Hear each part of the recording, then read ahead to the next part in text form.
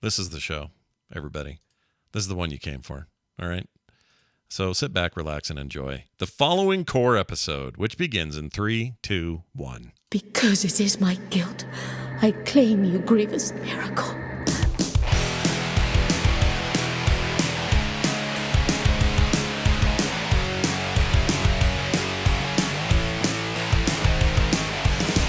Hello, everyone. Welcome back to Core. This is Core, video games for all of you. That's right. Well, not really. We're not giving any video games out, but we're going to talk about a lot of games. That's what we do here. And sometimes a game you might like gets brought up, might be part of the conversation. You don't know. We'll also talk about the games we're playing. We'll talk about the news around gaming, which has been a little lame lately. Not a lot going on. Don't know why. I always thought this was a kind of a decent time of year for this, but maybe I'm thinking wrong. I guess it's like June forward. That's where things get real, you know, with the game. I mean, that's when Diablo comes out and all other news becomes relevant, at least for a little while. That's a good point. We're going to talk a bit about Diablo. I was so laser focused on one thing. Yep. He knows. He knows what he wants. I don't blame him. He does. I feel that way He too. does. So we'll get to all that in a second. I wanted to mention that something here real quick. How do we feel? Just what is the room temperature on idle games that are titled as idle? So you mean like the Dungeons and Dragons idle champions of the blah blah blah? Yes, like that. How do we feel about those? Do we think they're worthy of our time? Do we where's our head? What would you say? I scoff at them. Oh, all right. Well, bad news. I'm playing an idle game. I mean, I've played some and realized how I didn't like it. I was like, it's not worth my time. It was a phone game where you just pressed one button, right? Yeah. It was just a one button presser. Usually. Yeah. Some of And them I'm were you'd have to click. Like Cookie Clicker's very clicky, but other ones were just like hit a button. Oh man, I played so much Cookie Clicker. Yeah. It was a real problem in my household for a while. I'll bet. Yeah. It can And be. what was it? Is it Infinite Paperclips? There's a paperclip one. Oh, right. That was kind of addicting You know what too. I'm talking about? Mhm. I played a ton of that. Yeah. I played And a that bunch one was of great because it looked like work. Yeah. So you could pull it up at work and you would look busy. Would you do that at work? Oh, yes. I watched the entire second to last season of Better Call Saul at work. Oh my Lord. That's impressive. Okay. Yeah. This isn't why you're Look, not they there. fired me for a bullshit reason, but there were plenty of valid reasons they didn't know about it. Okay. So, you know, I mean, they it's- did know about it, but Yeah, maybe they made up the bullshit wouldn't say one it. to cover for the one they knew you did, which was watch But wait the a minute. entirety Why of the would TV they show. fire me for a bullshit reason if they had a valid reason they knew about? Oh, good point. liability. Well, they didn't want you to feel bad. Maybe they were like, "Oh, John and his feelings." They're like, we don't want to fire him because he watched a television show on his on our time. Let's fire him because he didn't do something he wasn't trained to do and had just been to us a month before saying this is a potential problem you need to correct. "Oh Yeah, man, maybe. Maybe they just couldn't prove it. They just felt it in the force, or It's true. They would have had a hard time proving it considering I was head of IT and I would have been the one looking up my internet history. maybe they had a key logger and they were like, we see the name Saul this an changes awful everything. lot." If you're like in a privileged IT position, then that's Yeah, but what if you Who's- type who's Saul gonna all the catch it? time? That's how they found out. Just the word. Yeah, but he's Saul, the IT guy. He is the Lord. the hacker. Right. He's There, the- he's- I'm the he's one. sysadmin. If Like, they say, hey, we think that there's somebody abusing the internet policy, can you pull their history? I would be the one pulling that history. Oh, yeah. interesting. And then when you pull the history on yourself, you'd pull it on your decoy PC. Yeah. Jumbo, you're really smart at this. What's going on at where you work? Are you? I've seen Mr. Robot. I know how hacking works. Oh.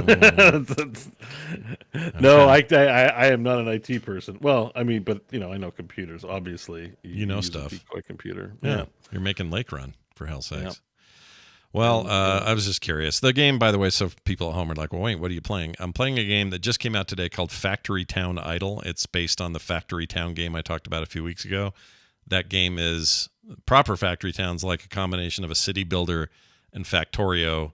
It's got elements of both.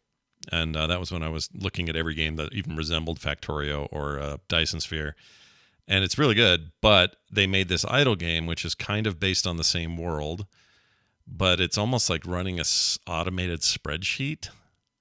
And I shouldn't like it, but I really Oh my god, like yeah, it. I'm looking at it. I don't know why I like it, Bo. Look, it's Yeah, I fine. mean, like, Yeah. push button, make the colors go is, we've all been there, man. Yeah. like obviously it's gonna be fun and entertaining and capture our attention as humans. Like, it's not because they're not fun. I look at it as a time value proposition. Yeah. Like, if I'm gonna waste my time playing video games, and I use waste in quotations, let it be the full experience. If not, maybe I should read Lord of the Rings or something. You know what I mean? Like, yeah. that's a good where point. I should read. I never read The Hobbit. I read Lord of the Rings when I was a kid, but never You The should Hobbit. read The Hobbit. I should read The Hobbit. It's Well, like Lord of the Rings, but smaller, more manageable, and possibly more enjoyable. Well, that's what you've always said. You've always said this. I do. I really like The Hobbit. Yeah. You didn't love the movie adaptation. But, or just No. like quality. We could say quality time with the family, or Oh, whatever. sure. Like, just Sure. I'm just like, I don't know. It's too low effort. Although I gotta admit, like, Mighty Doom's falling into that category for me, where I'm like, why do I play this game? Yeah. It's like, I like it, but I'm like, it's so empty calories, empty gaming calories. Yeah. Well, I mean, I think that's the thing is like we're gonna get to it when we talk about what we've been playing. But while my games weren't, an idle game or a, whatever you would classify Mighty Doom as, whatever you want to call it. Yeah. Mine were more real ass games, but at the same time, like I was playing it because they were comfort games. Like Right. I wasn't playing Resident Evil 4 remake for the 8th time. It's not that many, but it's close. I wasn't playing through for the 8th time because I'm like, well, this narrative is just so gripping the 8th time through. It's because I just needed that escapism, just that, like, I'm just going to relax. I'm just going to enjoy myself. I'm just going to have a bit of fun.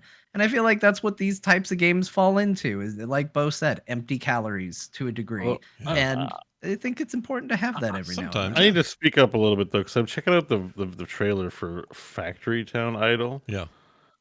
And are you sure this really fits into an idle game? This kind of looks like it gets crazy. It does Like, get crazy, It's but not just an Excel spreadsheet. Like, I'm watching, like, there's like maybe 15 or 20 rows or even 30 rows of items.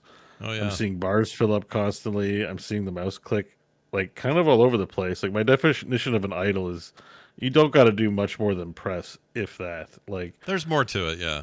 this looks like there's a little more to it than your average idle game. Yeah, there is a bit. I- There is a bit. And I'll say this, it's premium. You're not going to go, it's not free to play with a bunch of micro crap in it. It's like $4, $3, whatever it is. It's nothing. It's like cheap, But it's like you got quests. Like, this looks more like basically just like the resource tree in a resource game without the actual management of like the town or something. Yeah, Like, it's just kinda. it's Yeah. just the graphs. Like, Mhm.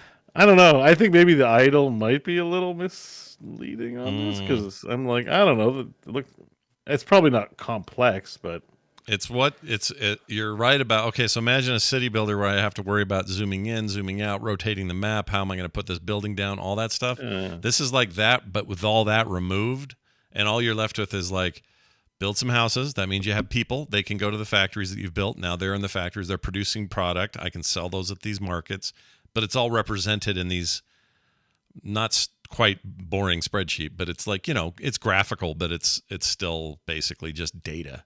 it's rows and It's columns. in the That's why they call it section Excel. of the game of like any city builder game that I ignore. Like when Civilization is like, you can find out more about this on the economics panel. I'm like, well, that is a button I will never be clicking. I love it. That's usually me though. That's what's so weird here. Is I'm that guy in Civ and in pretty much any city builder. I'm not that concerned about these getting in the weeds on the numbers, but this is literally the weeded numbers, and I'm into it, and I don't know why. I don't know what's going on there. If it makes you happy, Scott, it can't be that bad. All right. Pretty sure they made a song about that. Well, I appreciate that. Like that's the thing. You As long as you're have not to- hurting yourself, Mhm. as long as It you're can't not be that giving bad. away all your core money to Yeah. a free to play game, Yeah. like Makes you look. I am pretty harsh on mobile games, but if you like mobile games, that's fine too. Yeah. It's fine. It is fine. It's fine to like what you like. Yeah. I am not of the opinion that you're playing a quality product. Probably but not. Probably not. if it makes you happy, go play. Okay. Fair enough. I'm glad you got that. pro wisdom. Yeah. Today. I like John's wisdom because it's usually very like open ended. It's like, yeah, do what you want to do. You be you. Everyone be you. I personally think it sucks donkey penises, but yeah, let me plant my flag. Yeah. Let me tell you it's okay, but we're enemies now. Yeah, now. But it's okay. Now when I hate the war happens. Yeah. I'm gonna look for you, but that's amazing. They're talking a lot about your wisdom in the core Discord today. They were saying, why not put it in the box? Yeah, why not put it in the box? Yeah. What if it was in the box? Yeah. That's it. That's one of my favorite John tropes of all time.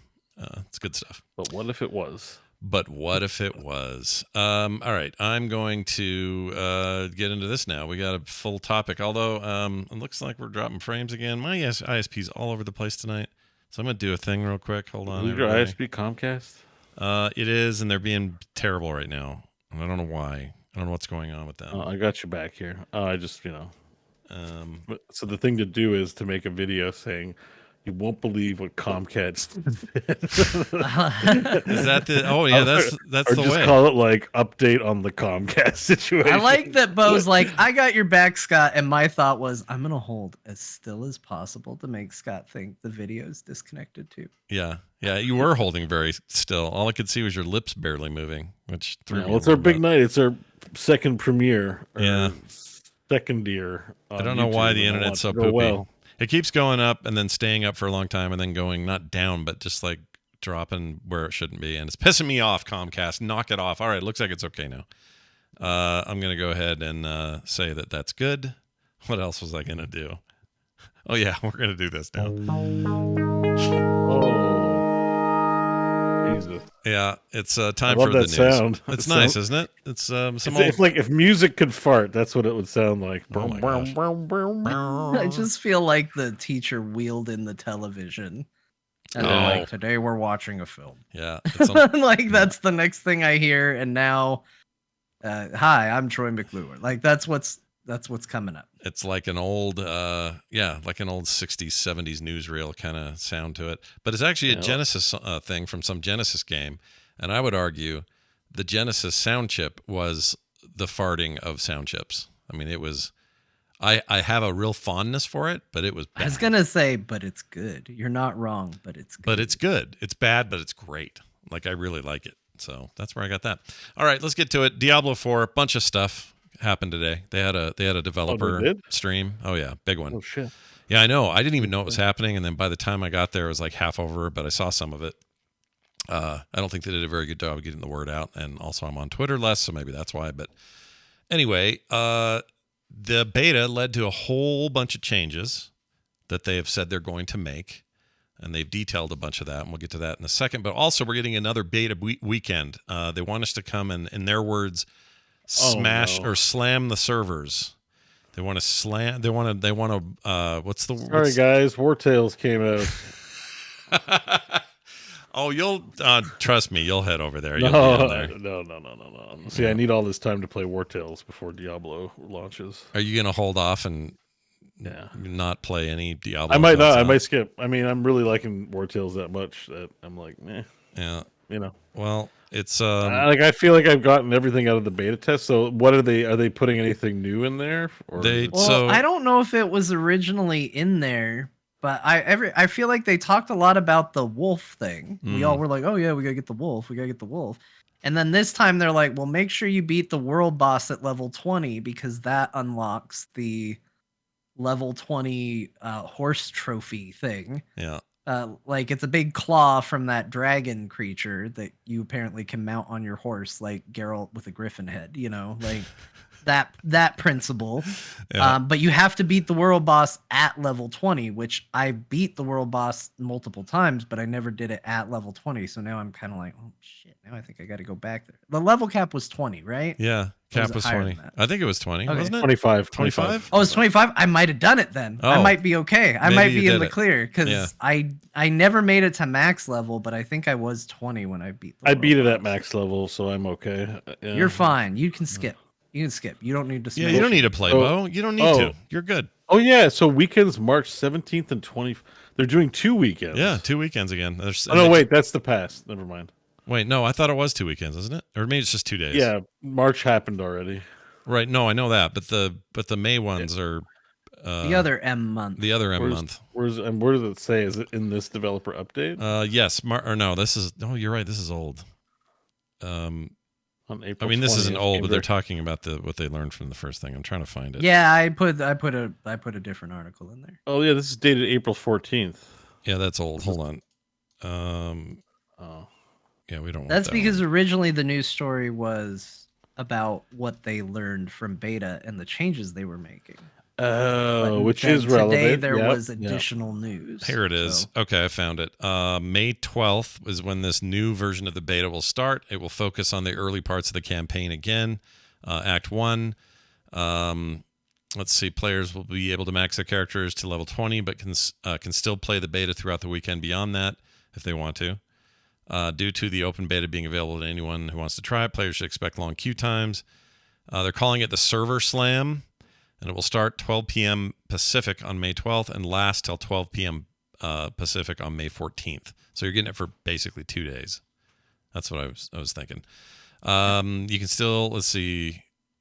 They're not doing the KFC thing anymore, so you can't go get a double down and get a beta key if you haven't already done this. But PlayStation Store, Microsoft Store, Battle.net, and of course a pre-order, all those things will have the open beta. And what else? That might be it for that. So yeah, so it's a big question whether I'll even get in there, because I feel like at this stage, this is just to test this is just to give their servers a beating, which is important and good and everything. And I think everybody who wants to play should play, but I think I'm good till June because. yeah, the only other real benefit is they said that the changes. So we're going to talk about it. They had said that this was a true beta. They were going to make changes based on feedback, and now they've said they have. Yeah. So this will be a beta that reflects the changes they made. So there is going to be a slight new experience if you are curious about what those changes are, how things are going to feel post changes. There is something to get out of it. If you know you're in and you know you want to play and you've already unlocked all the early stuff you want to unlock, I don't think there's much of a reason to get in. But I think for a lot of people that want to get into the nitty gritty of it and say, how bad is the druid now? Get in and figure it out. Yeah. So they are giving away this mount. Like, we won't get it. Oh, We have to if do we it don't during play. This event is called Server Slam, Yeah. and you have to log in to get it. They're going to give you a mount for that? I missed that part. I don't think it's Yeah, a mount. I think it's a piece of armor that goes on your mount. Oh, it's just cosmetic for your horse. Because I think your mounts and the Hang on. cosmetics that go Let me on your read. mounts. Felling the pestilence, spewing Asheva comes with a new earnable reward: the Cry of Asheva Mount Trophy. Oh, a mount trophy. Yeah. It's That a makes trophy Yeah, sense. on like the I mount. said, the mount. griffin head on the side of Roach. Like, Yeah. this is that. Yeah. Oh, Except so it's we're a gonna have toenail. not only we're gonna have mounts, but they'll be mount. I guess that makes sense. That some games have like giving players another chance. Oh, yeah. More stuff to sell. You kidding? More skins. Yeah, Yeah, they're into it. The biggest change that I've seen in this list is to the dungeon layouts. And this is something we talked about on the show because we were a little unsure about how those worked. They all look the same. If you go into one dungeon one time, is it randomized? No, it isn't. Turns out they're not. They're kind of static. But they changed the layouts on 1, 2, 3, 4, 5, 6, 7, 8, 9 different dungeons. All have totally different layouts now. And they say that their reasoning for that was to make sure there were less backtracking. And let's see what else they say. Is some other objectives. Oh, and they beefed up the events that happen in dungeons. They beefed that up from 10% chance of that happening to 60% chance of that happening, which is a massive jump. Which They events? needed it. I mean, the dungeons were kind of honestly boring. Like, they were cool. It was one of the cooler parts of the game, but the second you do it for a second time, you realize you're in the exact same dungeon as what you were in before. Yeah. And that first one that I think a lot of us probably did first, I can't really say it's the first dungeon, but there's the one where you go in, it's got a lot of werewolves, and you have to go all the way to one side of the dungeon, get a thing, then come back to where you were, then go all the way to the other side of the dungeon, get a thing, then come back to where you were, then proceed further into the dungeon. And you do that every single time. And it was just kind of it didn't feel intuitive. There was a lot of running around already cleared corridors, just kind of going, well, this is sloggy, and you can forgive it if it's, randomly generated, but It's not. That's the same layout you're going to do when you run it again. And I think this is a good change. This is a smart change. I agree. I was already feeling fatigue on my second time through. Bo, listen to this about your Barbarian. Tell me if this is concerning at all. Barbarians, a flat 10% passive damage reduction has been added to the Barbarian class. Now, this feels like almost bears up Bo's take on the Barbarian, that it needed nerfing. Barbarian's really strong. I'm like, okay. Yeah, and everyone hated it. It's still strong anyways. It can't. It says some skill tree. Barbarian. He had some passive reductions on a bunch of the skill tree stuff. The Whirlwind skill now deals more damage and consumes more fury. None of us want Whirlwind, so whatever. The double swing skill enhancement refunds its early fury cost when used on stunned or knocked down enemies. The Druid, though, John, let's see. The Druid. I don't care. They don't. I'm not. I don't care. I'm not skipping the Druid because it does bad damage. I'm skipping the Druid because they look like derps. Man, quit being a Druid hater, okay? I think the Druids look cool. I don't know what your They deal look is. dumb as shit. They look like my social studies teacher carrying a green block of wood. Well, listen, social studies, whatever. What is it called? What do they call? What's the job? Social studies teacher? Yeah. Why is that so hard for me? What did you have growing up? You had teachers, right? That's how they did things where you were. They have teachers in Canada, right? Yeah, they had teachers, but I just thought he was more talking like a social studies scientist, right? Like, because they don't all teach. Like, you can go into social studies as a undergrad major, I guess. Yeah. Where you study socials. Yeah, studying the socials. Yeah. I don't know. It's just like counting people and what they do. It seems like bullshit, but everyone I talk to is in social studies, and I'm like, I don't know. Your job's kind of seems ridiculous and boring. I love this. We're gonna get somebody. I'm in theater. It's ridiculous, but it's not boring. Right. Somebody's listening right now who is a social studies teacher, and they're going to email us, and I actually look forward to seeing what. Whatever. That was just my I'm impression. not saying it looks like all social studies teacher. I'm saying it looks specifically like a teacher I had, and I can't get over it. I can't play a Diablo game where my teacher is running around with a stupid block of wood shooting lightning at things. It's not the fantasy that I live for. Yeah. This is a complaint that applies only to me and anybody else that was in his class. But it's there. That's what it is. Well, and I'm more speaking about Bo's discounting of the job of being a social studies teacher. I'm just sure someone's going to have a take on that. Okay. Yeah, I'm being honest. Like, I'm sure you do valid work, and who cares about what I say? But like, I just, in school there are people that are like in social studies, and they're like, "Did you know X amount of people, but it did whatever?" And it's like, I don't care. Yeah. You know what I mean? Like, it just sounded so boring. I'm like, talk to me about law, talk to me about business, talk to me about anything. Social studies just seemed like boring. So sorry. I mean, it's a study of social things. Right? I'm sure you can study what demographics and stuff and know things, and it provides value, but not interested, eh? That's why John picked it. John didn't pick geography. You look like my geography teacher, because those guys are cool. They have ponytails, and they have plaid shirts and corduroy pants. Like, they're awesome. My social studies teacher was awesome. To be clear, this is a teacher I really liked. Oh, so why are you dissing your social studies? Because I don't want to play him in Diablo.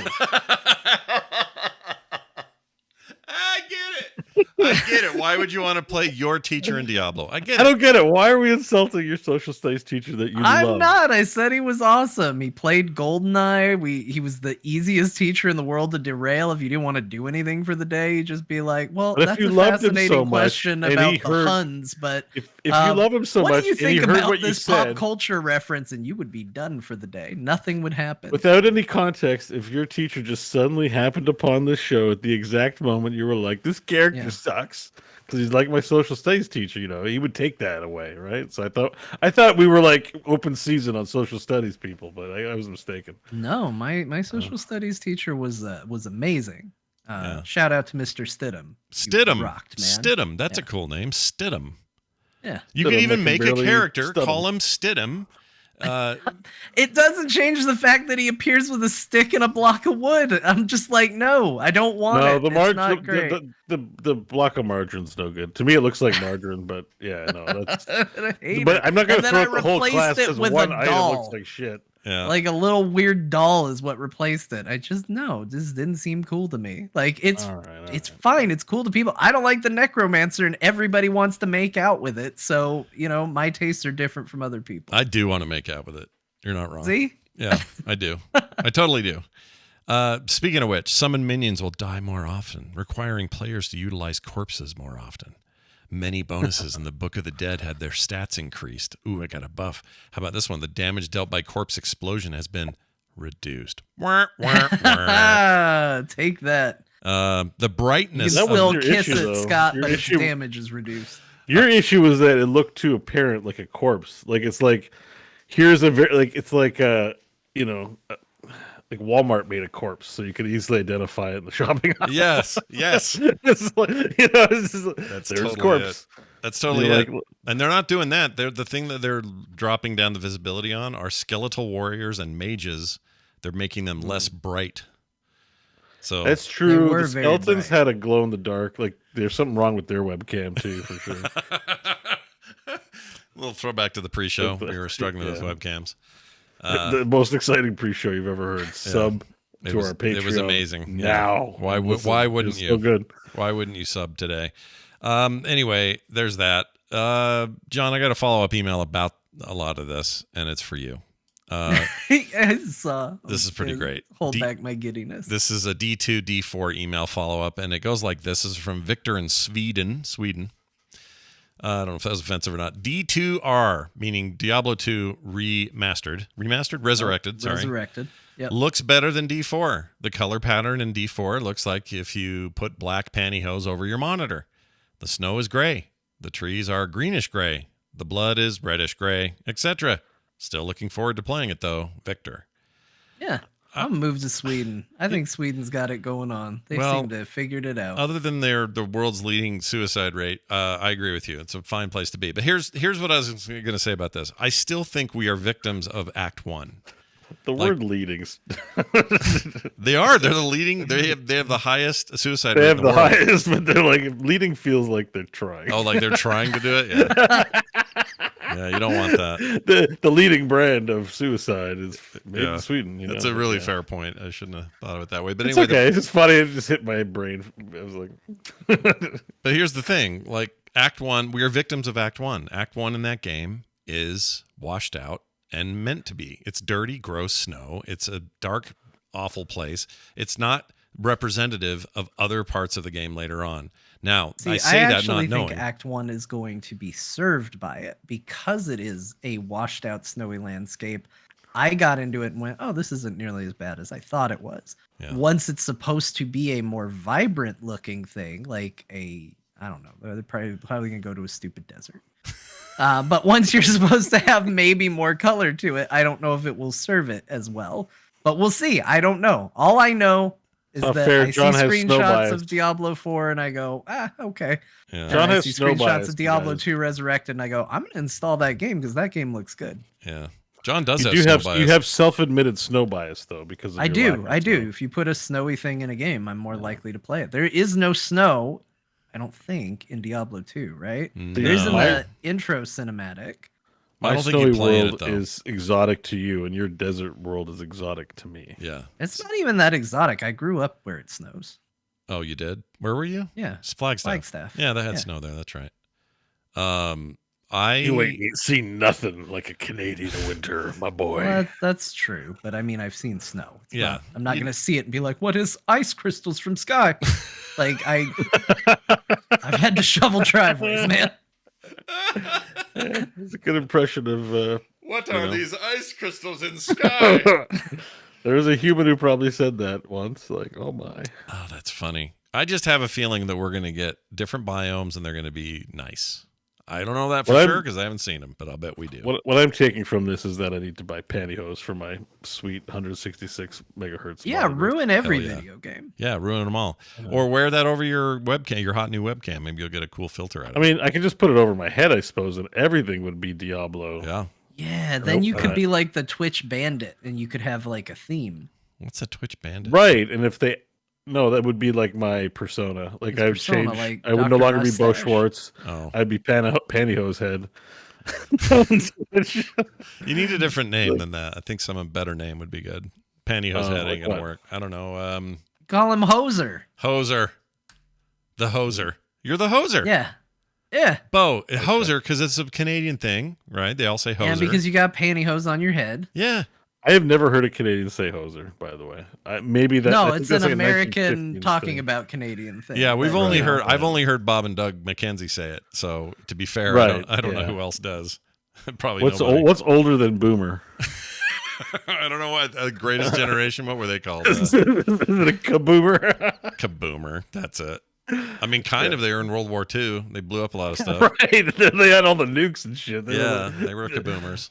That's actually had pretty real good. problems. The people who I like that better than the greatest generation, or people always talk about them that way. Call them the Kaboomers because they blew all the They're shit the up. Kaboomers. That's great. That is actually great. I love that. Yeah, the Kaboomer generation. Nice work. Yeah. All right. moving on. Let's get to this patron message that we got this week because it's worthy of discussion. It's this one right here from Carrie who says, 20-something plus years ago, I watched a friend fight against the sewer gator monster in the N64 Resident Evil game and thought that it was straight up nightmare fuel. What creature / item / quest / moment from a game still pops in your head all these years later? It doesn't have to be creepy if you can't think of one or don't want to go down that path. Well, I'll start, and I will go down that path. For me, it's the name just Silent Hill. There we go. Silent Hill 1. I've talked about this before. I've probably even told this story on the show. But Silent Hill 1, one night, playing this late at night. I'm downstairs. I have the lights on. All right. All lights are on. I'm playing this game. And at one point, I'm in the nightmare version of the world. It switched all the time. So it's like all gross and rusty and bloody. And then you'd flip and the radio would stop buzzing. And now you're in normal school or wherever the haunted place was. And I was in this basement area. And I was walking around. And it was a little scary just to be walking around. But I suddenly heard bottles breaking. Like somebody was throwing bottles against a cement wall or something. And it freaked me out so bad that I leaned forward. The console was on the carpet. Probably a mistake. Anyway, leaned forward, turned off the PlayStation, set the controller down, took the disc out of the device, put it in its case, put the case away, walked upstairs, turned every light on my way up, didn't turn anything off, got in bed. My wife said, what's the matter? And I said, nothing, but you need to go. You're taking out the dogs and you're shutting all the lights off. And that was the end of that night. That freaked me the F out. So anytime anybody says anything about either survival horror or mentions anything to do with Silent Hill, all that comes back to the surface. So that's mine. I don't know why. I could have probably done the math, but it hit me extra funny when you said up in bed next to my wife because I assumed you were in like college or like high school when this happened. I'm old. So it would have been like you were like this was an adult situation. yeah, this is like what, late 90s? When did that come out, that game? John was just a that'd be lad. about right, late 90s. I would have been young. It would have been fine for me. Yeah, I would have been 20. You were married. 27. You had to go seek solace from I your like how wife. John's so you reaction to your left all story that. is LOL Boomer. Nice. LOL Gen Xer. But yeah, like I was probably 26 or 7 or something. I don't know what I was, but I remember it just really rocking me. And it may be the source of why these games do this to me now. Like why horror games get me so bad. I think there's a thread there. There's a line directly to that. Anyway, Bo, do you have a thing where you're like, oh, I remember every time this I was playing Doom 3 with all the lights off and with noise canceling headphones, and my sister's fiance snuck up and yelled in my ear at them as loud as possible voice. Yeah. Oh, I thought I was gonna die. I still remember it. Yeah. I think the actual most traumatizing thing was spiders in Skyrim VR. It was very recent. Like vehicle-sized spider dropping on my head in actual 3D. Did it make you not want to go back and do that again? Like It made it like I'd be lying in bed and I just picture the spider grabbing me out of bed. Like, it's like it kind of affected me deeply. Like I managed to play for quite a bit, but it's rough. Yeah, that is rough. I know. John, do you have a thing So- like that where it's like, Yeah, I to this day have a phobia pertaining to water, and stuff in water, and Yeah. I still trace that phobia back to playing Shadows of the Empire on the Nintendo 64. really? There is a stage in Shadows of the Empire where you are in an Imperial sewer, and the graphic fidelity of the N64 was such that you don't have translucent water. It is basically like just a texture that is sitting there that you can't see through.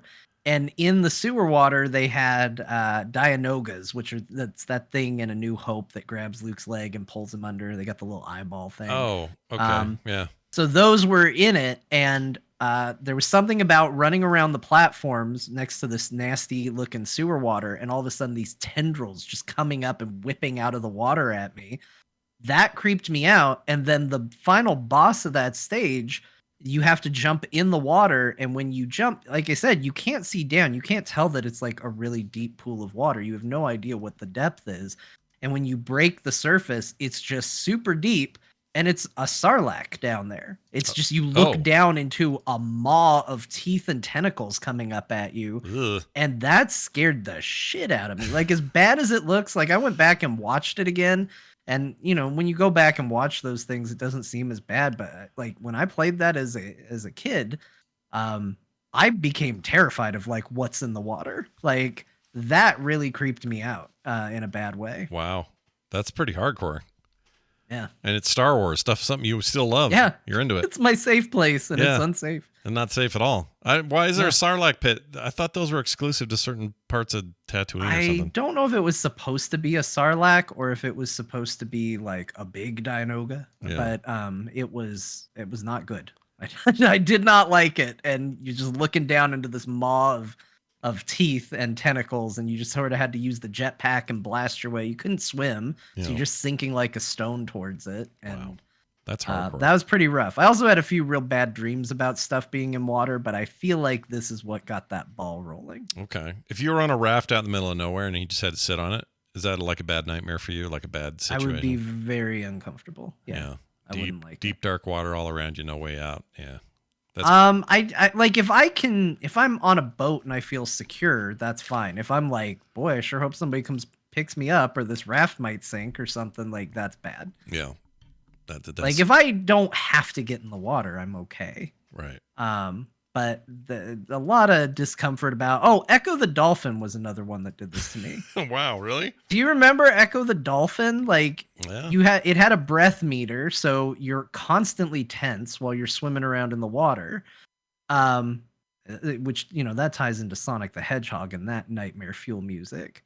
You know what? It's a bunch of games. It's Sonic the Hedgehog, Echo the Dolphin, and Shadows of the Empire. Video games made me afraid of water. It's all of it. Yeah. Yeah, all of it. It's all bad. But you had to sneak past an octopus and Echo the Dolphin, and if you moved at all a little too fast, he'd slap you, and you had to hear that awful noise when Echo got hurt. Mm-hmm. Like, you want to hear the worst sound on the planet?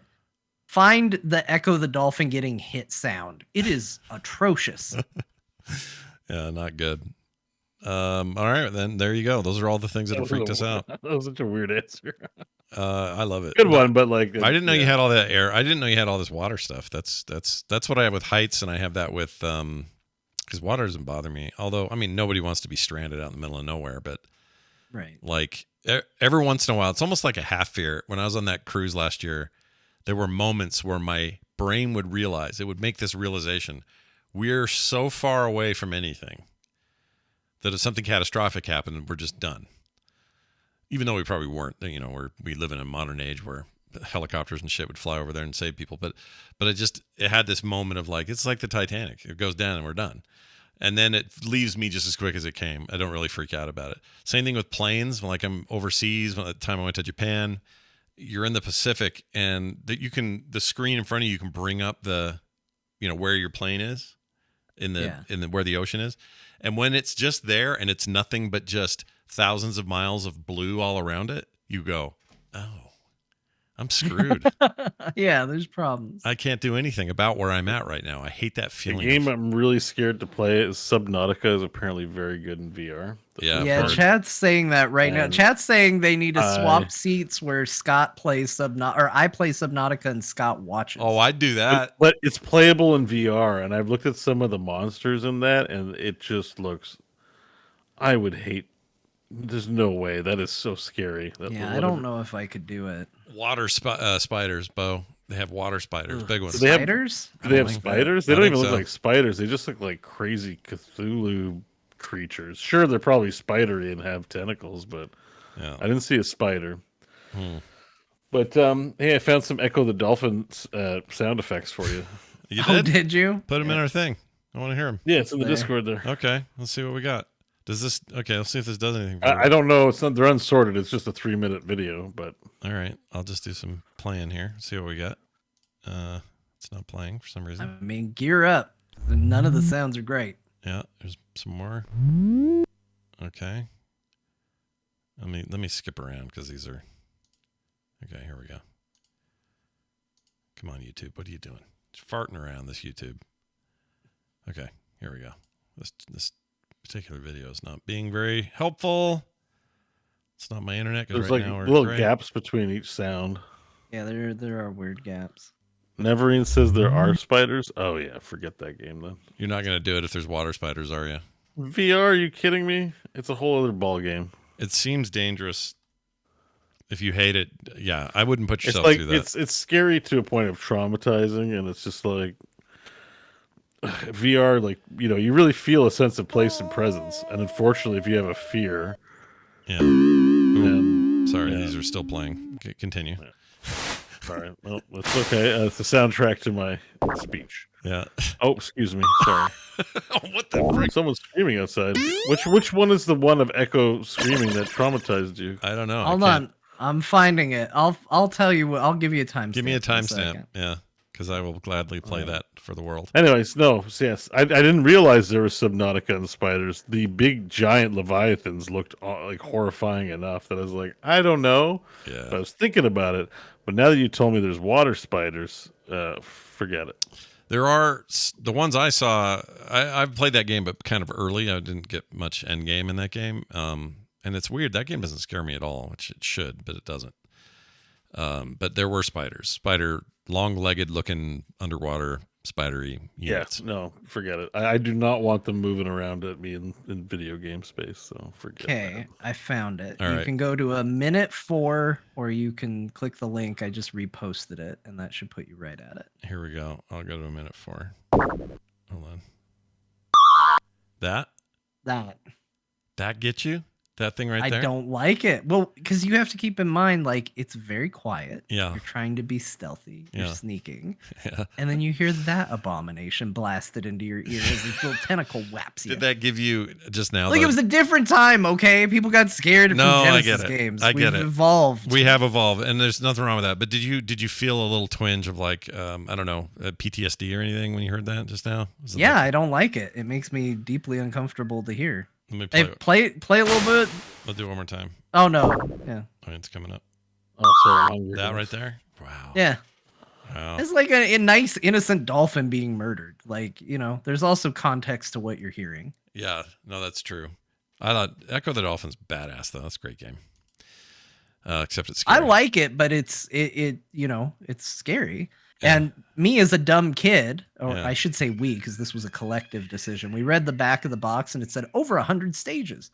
And our logic was, man, that's a ton of stages. Yeah. If there are 100 stages in this game, I bet we could just guess a password and skip this part of the game that we're stuck on and just get a random level. And we spent hours guessing passwords and we finally got one. We actually did it. Oh wow. Power of children coming together with nothing better to do on an afternoon. We guessed the stage and I was like, awesome. Oh, I've never been here. This is a new level. Echo lands in the water like he usually does. I start swimming straight down and a shark charges at me trying to eat me. And again, just leading to the trauma, just more trauma. Yeah. Now I'm being chased by a shark. That's pretty traumatic. You're not wrong Yeah. about that. All right. Looky here, everyone. Looky here. Sorry, I got to do a thing. There we go. We're going to talk about these games that we all played this week. I think that I will start because I always do, and I'm going to tell you about the games I played. I played a bunch more Dredge. I've been over that game a lot, so I'm not going to retell everybody what it is, but it's the boat one where you get fish and there's like a weird eldritch horror thing happening overnight. Game. That game is great. Dredge is awesome. Perfect on Steam Deck. Great on your PC. It's a freaking fantastic game. Those overwhelmingly positive reviews are there for a reason. It's that good. Weirdly, I love boat games. See, that is weird. You might not like this though, because some of the shit you see at night is pretty weird. I don't know. I'm kind of curious about that. Yeah, you'd like it. It's a very specific thing, I think, that worries me. Yeah. It might be okay. It's really good. And the fishing mini games in it, which are part of the game, are actually fun to do and not annoying. So I'll put that out there. And there's almost kind of you're going to hate this, John, because you know I don't like the inventory in Resident Evil 4, especially the original. But the Dredge inventory system is basically a Tetrasified version of that. You have to figure out ways to fit fish in your hull to take as many fish back to sell them as possible so you can make as much money as you can and get your upgrades. And so you're always like rotating fish to get them to fit around your boat. You can't just press in on the right stick and that sucks, but it doesn't suck. It's pretty good. I don't know. It's hard to explain. I feel like I'm a contradiction on this a little bit because I usually hate that, but it's actually fun in this game. War Tales, we'll talk more about that when Bo comes up because I want to hear about his time in there, but still playing that, and Everspace 2, still playing that. The new game I played this week is okay, I'll admit to something. I wish juicy. I wish Sea of Thieves had a single player game or a better solo experience. I think that Sea of Thieves is really good as a co-op game, like one of the best maybe ever.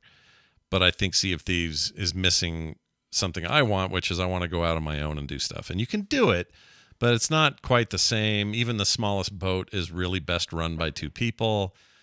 I don't like playing with randos. I'd rather play with friends. And when I want to be on my own, I just don't want to deal with like multiplayer crap. And it doesn't let me do that as well as I wish it would. So I've been on kind of the hunt for another kind of pirate game. And it turns out there is one out there. It's a sequel to a game called Salt. This one is called Salt 2. Specifically, Shores of Gold is the subtitle.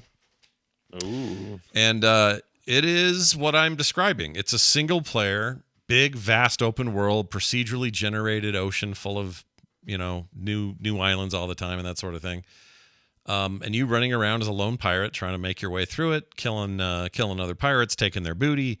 You start with a kind of a raft with a shitty sail on it. And as time goes on, you improve that obviously, and end up with a pretty good galleon by the looks of things, from what I can tell. It's an early access. I think it's one dude, and he was renowned for the first game. People really liked it, but it was a little rough graphically. This new one is not. It's very nice looking, and it's though an early access feels pretty good. If I only had one complaint about it, it would be it really leans into the survival aspects of the game, because it is kind of a survivor game. You have not only health to worry about, but hunger and a few things like that.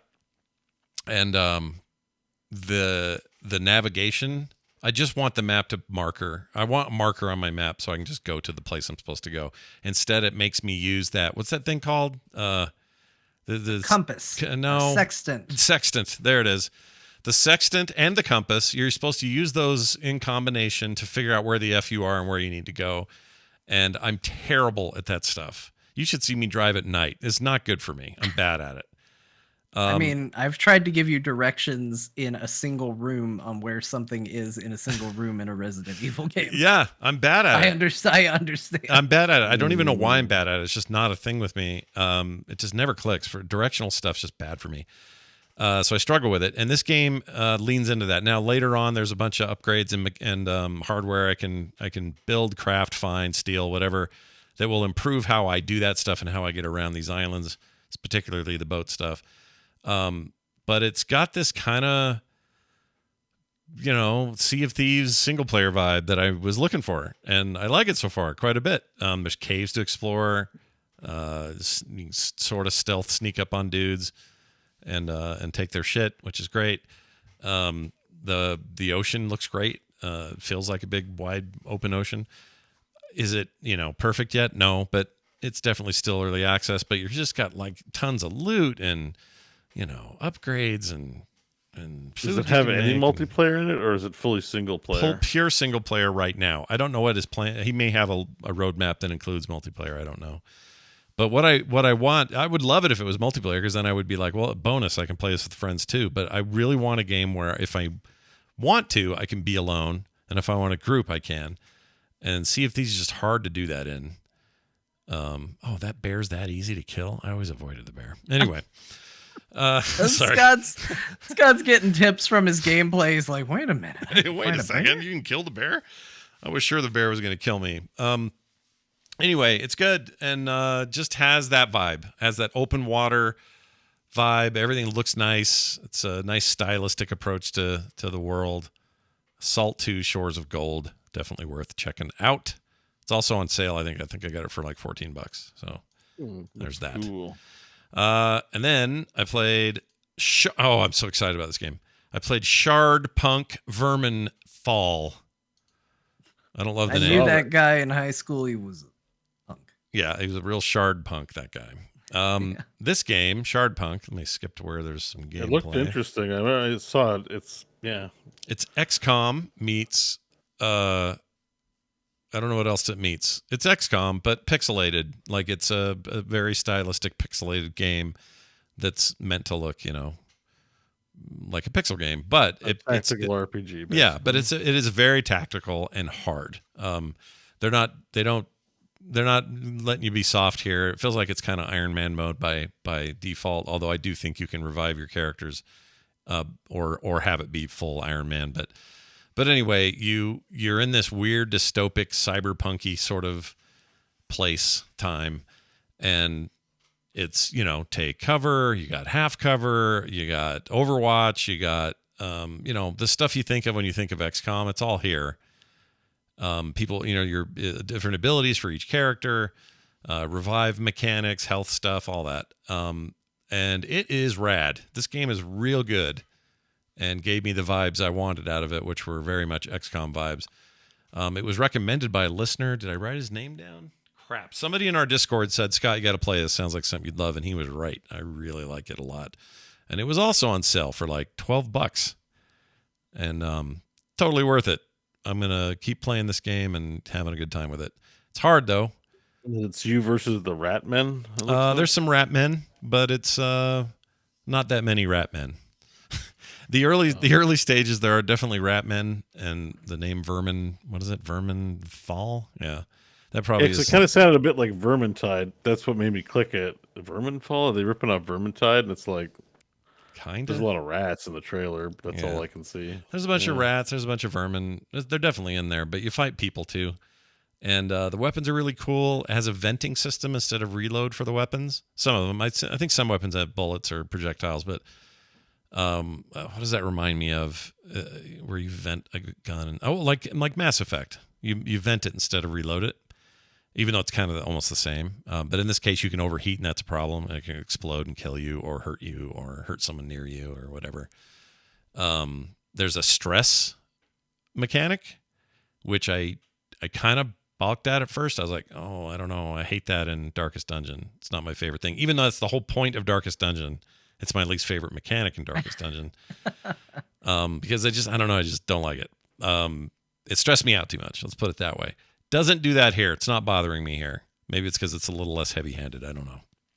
But you can get too stressed out and start, I can't walk as many steps, or, I'm going to fire my gun a little more wildly and get less percentage on the rat, or I'm going to hurt one of my own people or whatever. So the stress stuff works the way you think it does, and there are ways to reduce it.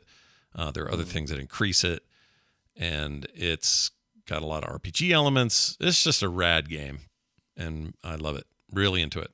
Again, that is Shard Punk Vermin Fall, available on Steam. Does not play on Steam Deck, by the way. It's a mouse and keyboard game. John, What did you do this Yes. week? You mentioned earlier that you were in your comfort phase. What does that mean for you? Yeah, apparently I didn't want to branch out too much. I just played games that made me happy. Yeah. And then I threw something in right at the last second so I could talk about something new. But Oh, nice. yeah, it was more Everspace 2 for me, Yeah. which I'm really liking that game. Although I did see a meme going around Twitter this week about, hey, post the character that got done dirty by the movie or film or piece of media that they were in. I saw you participate in that, Scott. I did. I think you were Yeah. talking about the lady from Fury Road. Yeah, the wife that was pregnant, or Morton Joe's one of his wives that was pregnant, that got rolled over and they couldn't save the baby. She got That was done. pretty dirty, I would say. Done dirty. Yep. Everspace 2 has a character like that. Yep. I was shocked at how, like, I made the criticism last week that I thought our main character was a little too, like, clean and, like, heroic. Yeah. And then this guy who's been awesome the entire time, Dax, Yep. spoilers, I guess, dies. And your main character's like, shit happens, man. Like, he just did not seem to care very much. And, we went through all this trouble for Ben. He's like, we gotta take care of Ben. I'll rob people to save Ben. I gotta help Ben. And then Dax dies trying to help you. Yeah. Help Ben. Yep. And he's like, I don't know, man. It's the nature. It is what it is. It's kind of what he does. And then he's like, oh, but thank goodness you're back, Ben. I hate Ben now because Ben replaced Dax, and I like Dax so much more than Ben. Sorry to my Ben if you're listening. Yeah, But not that Ben. It's not that Ben. It's different Ben. Not Orgy Ben. Different Ben. Yeah, not Ben from the orgy. No. Different Ben. All right. Orgy Ben. A little pre-show throwback for you there. In Trailer Park Boys, there's Bill and there's Shitty Bill. Shitty It's Bill, like yeah. just having a friend that you call Orgy. Orgy Ben. Yeah. Orgy Ben. Orgy Ben. I like it. Like, if that nickname stuck for some reason, it would be so unfitting and he would have no idea why. No, he'd hate it. It would be Hey, so it's Orgy unfair. Ben. Hey, It's Orgy Ben. Yeah. Anyway, I felt bad. I just need to get this off my chest. I love that game, but I really that moment happened and I was like, what are we doing? Why are we killing this character? Why don't we care that we're killing this character? Not only that, why is our main character so unaffected by that death? He was weird about it. I agree. He was weird. He's just like, well, all right then, I guess we're moving on. And hey, doctor lady, I'll go bury him and you do whatever. Like, it's a weird. You're always doing the interaction. right thing. You're just kind of pragmatic about all of it. Like, well, I guess he died. Oh well. Now I will say I found out you can visit his grave. I did it by accident. Yeah, And so I got an back to the achievement base. for visiting his grave and paying reverence to him. And I was like, good. I did it by accident, but I'm glad I did this because, Yeah. man, this game didn't care Well, about why this is the character grave? very Why much. is the grave an accident? They're like, we could make a scene and show you the grave like other games do. Like they hid it. Yeah, they did. Yeah. Well, Yeah, I but you had to work I didn't for it. find it till like 50 or 60 hours in. I was like, oh hey, I flew behind the base. What do you know? there's a grave here. I'm at the stage of the game where I've got the discovery finder, so I can tell how much of each star, not star, but visitation spot, I've completed. Yeah. So I'm flying back to Cedo and Oh, you're gonna clean 100%ing, clean up the zone. I like it. spots. Yeah, Yeah. you get a little upgrade later on that lets you know how much you've completed. I like that. So yeah, I like that a lot actually because when the story ends, it ends. I think. yeah. And then what are you gonna do? And it sounds like there's Oh, it has endgame. It has riffs. like rift style we haven't- stuff. Yeah, and I've races. experienced it. So once you get the fast travel gate, sometimes you go to, it sucks you into a world where you do have to do 4 different space zones of ever increasing difficulty in your super ship against hordes. Yeah. Yeah. Yeah, I think it has. I mean, I don't know how compelling it is. How anyone's going to stick around, but it's definitely got like an end game kind of feel to it. That's good. I don't know. I like that about it. The game's great. I'm glad, John. It And is I'm good. I also last week I actually had in my head, should I warn John that there's a twist in the story that he may not like? Because I really felt you might not. Was like it that twist. this Yes, twist that it is that it was twist. exactly this? I was hated exactly it that. so much. I was so mad. I turned the game off for a little bit and I was like, I Hey, want you'll move loot. on. What You'll if I move get a on. good? I did eventually become the main character and was like, yeah, but loot though. Yeah, There but are- Loot, you became the worst version of the character. I love it. That's There are perfect. better NPCs later on, though. Don't worry. Humans, I mean, I'm sure there Human are, but I schmumans. feel like the story should have been like, hey, you really should care about this Ben character. Now, I cannot stand Ben because I just see him because he's literally a replacement because all the research perks you were doing with Now Dax, he does 'em, Ben yeah. takes over. So Yep. it's literally this thing where, intentional or not, in my head, it's like, Dax died so you could have Ben. And I'm like, I don't want Ben. Get rid of him. Give me Dax back. He lived, bitch. Yeah. I had to actually go look it up. This is how mad I was. I told you I turned the game off. Yeah. I turned the game off to go to a website and go, did I screw up this mission? Could I have saved Dax? Mm. And I went to look up. So spoilers, I know he doesn't come back because I was so mad about his death that I went and was like, he doesn't permanently die from this. Like, we're being real nonchalant about it. And no, it seems to be the case. Man, No, you he's got dead.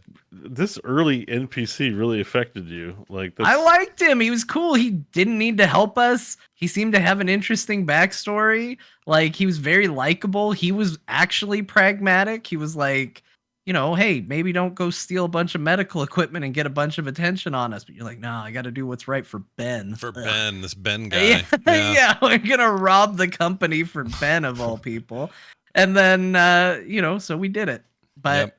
whatever, it's a good game. I'm still having fun. It doesn't ruin it, but it's fine. It's fine. And it's fine. I'm just a little annoyed about this one small story beat. Sure. It's something you'll get But- over. It'll be fine, right? In the end.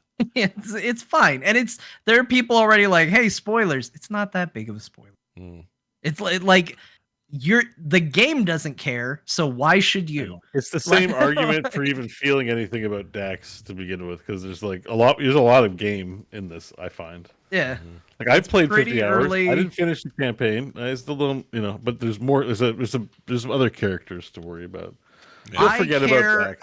1,000 times more than anybody in the game cares. So that it's not that big That's of a spoiler because the probably true, game yeah, does not yeah. care. Well, But anyway, I there's- played that. Yeah. Yeah. I got some other asshole that joined my team that's like comedy relief, but I don't find him very funny. Little So, Maddox. I don't know, the weird creature that is in a spider web when you meet him. Oh. Oh, Alec. Alec. Yeah. Yeah. Yeah, Alex. No, Alex. The reason he's funny is just because of how terrible, Because how everybody hates how him. acceptable the game developers thought it was to include this writing and voice acting in the game. Because it's really below the bar. Yeah. But the game is still good, so you don't mind. I like him better than Ben, but that's a low bar. Yeah. That is a Yeah. low bar.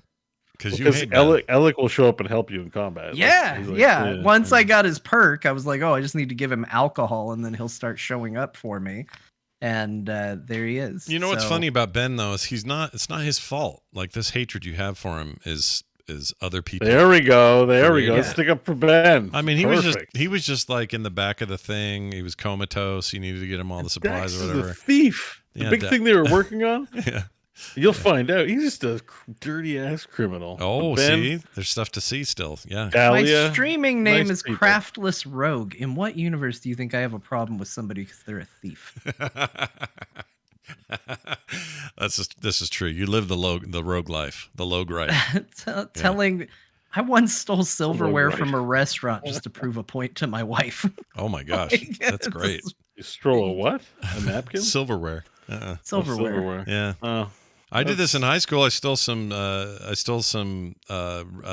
bowling shoes, and then I painted them so they looked like regular shoes because I thought that. and then was you wore cool. them to the bowling. Yeah, I wore them to graduation.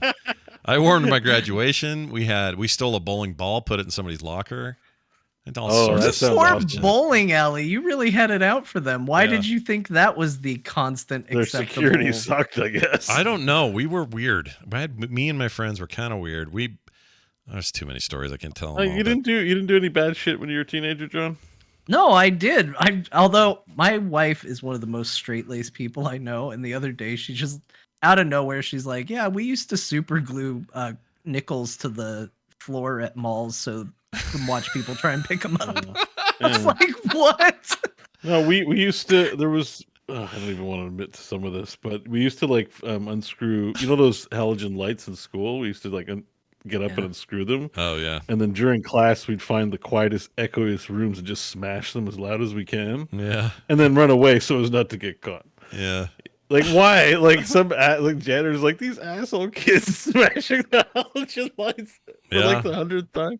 Yeah. It's like stuff, we all did dumb stuff. Just breaking I don't stuff for no good reason. I remember being know. there. Yeah. We have our phases. See, that's why I'm convinced that most of the worst run-ins I have on the internet are just kids in that phase still. They're just still there. Yeah. And they'll get Somebody's out of turning it. 18 every year. Yeah. And they know everything. That's right. So it's good that we always have a generation at any given time that just has all of the answers. Yeah. Because what would we do? Unlike the Kahboomers. The Kahboomers had more answers, but we don't talk about them. Boomers had more bombs than answers, let's be real. Well, the bomb was the answer Yeah, to that's just right. about any problem. John, tell me about Vampire Survivors Tides of the Foscari. Do I have that right?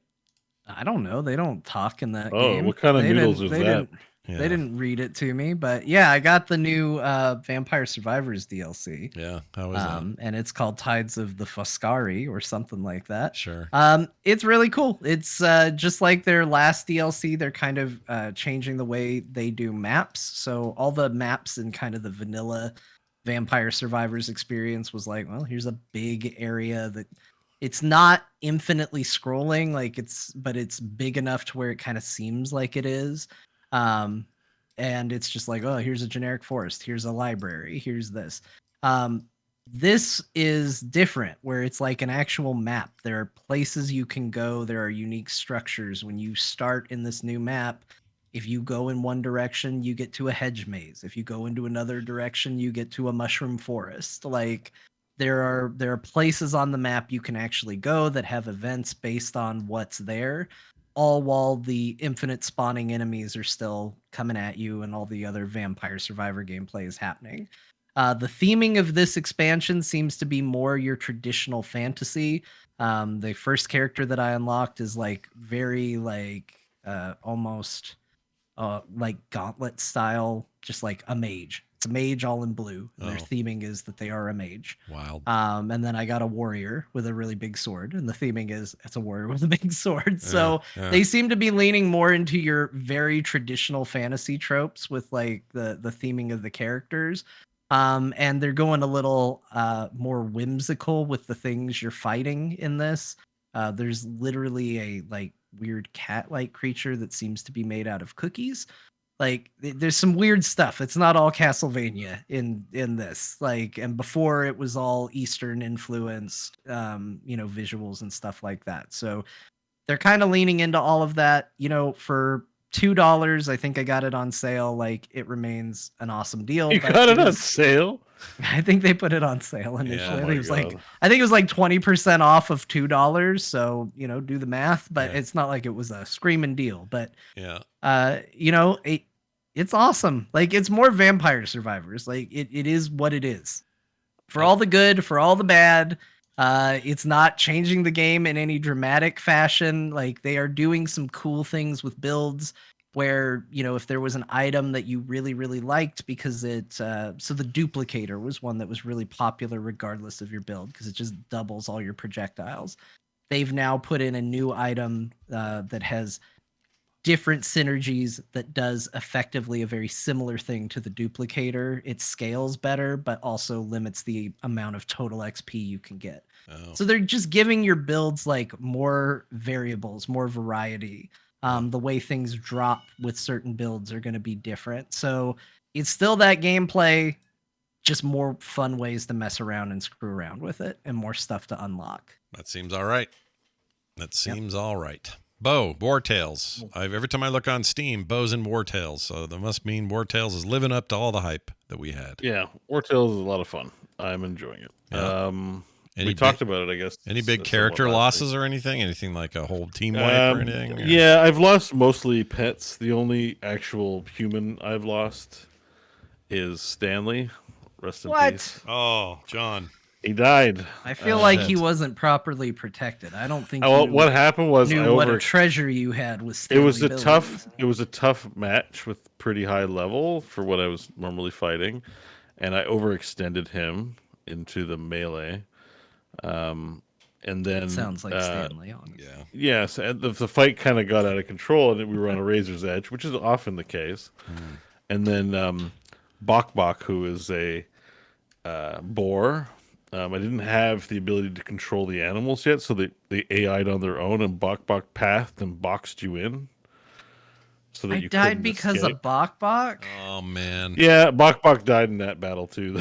Oh, good. All right. At least it I really- took it him really with me. It really compounded, but it was sort of his fault. I was like trying to disengage you, and I had a plan to get you out, and then Bok Bok pretty much screwed it up. And in this game, I could theory reload the battle, but I don't. It's much more fun if you kind of play it. You still have a save game. Like if you hit a hard stop, I'm not playing on Iron Man, but what happens in the game happens in the game. I took a prisoner and I tried to be nice to it because prisoners can eventually you can hire them or turn them to your side. But he bopped one of my guys over the head and ran away. Oh my lord. And I saw him wandering around naked outside of a town, so I'm gonna go scoop him up later, I think. But he was like starving and begging to not be, killed. Yeah. But I had to leave him because I had to go and get food and resources for my warband. Anyways, man, the systems just keep getting deeper. It's a lot of fun. There's a fast travel system, but you have to get money and build it. It's not just in the game, so I'm like, oh, now I need gold. So I can travel in between places faster. And there are tombs. The tombs are excellent. I also captured a creeper, which is like basically a zombie, but Oh, so some of this low magic skin- finally showing up then. his skin's growing over his eyes. Well, it's like low magic where it's like it's believable that it's just a human that's been rotten in the tomb because the plague makes people effectively into zombies, but they're just called plague ridden. Yeah. So it's like they're not quite zombies, but there are ghost wolves and ghost boars. Oh shit. And that's, mystical. And their ghost pelts are good for building ghost armor. Yeah, so ghost. We were starting so realistic, and now we've ascended to ghost armor. There's some mysticism. It's just like it's not a lot of it. So you might come across at night an area where the mists have formed, and you'll find ghost wolves and ghost boars in there, and Ghost then a boars. nightmare, All which right. is just a ghost, I think. Really? The game is like, yeah, I've forgotten all about Diablo. It's like no longer friends with Diablo 4, now best friends with War Tales. Like that's kind of how I feel right now. I'm just like, it's fun.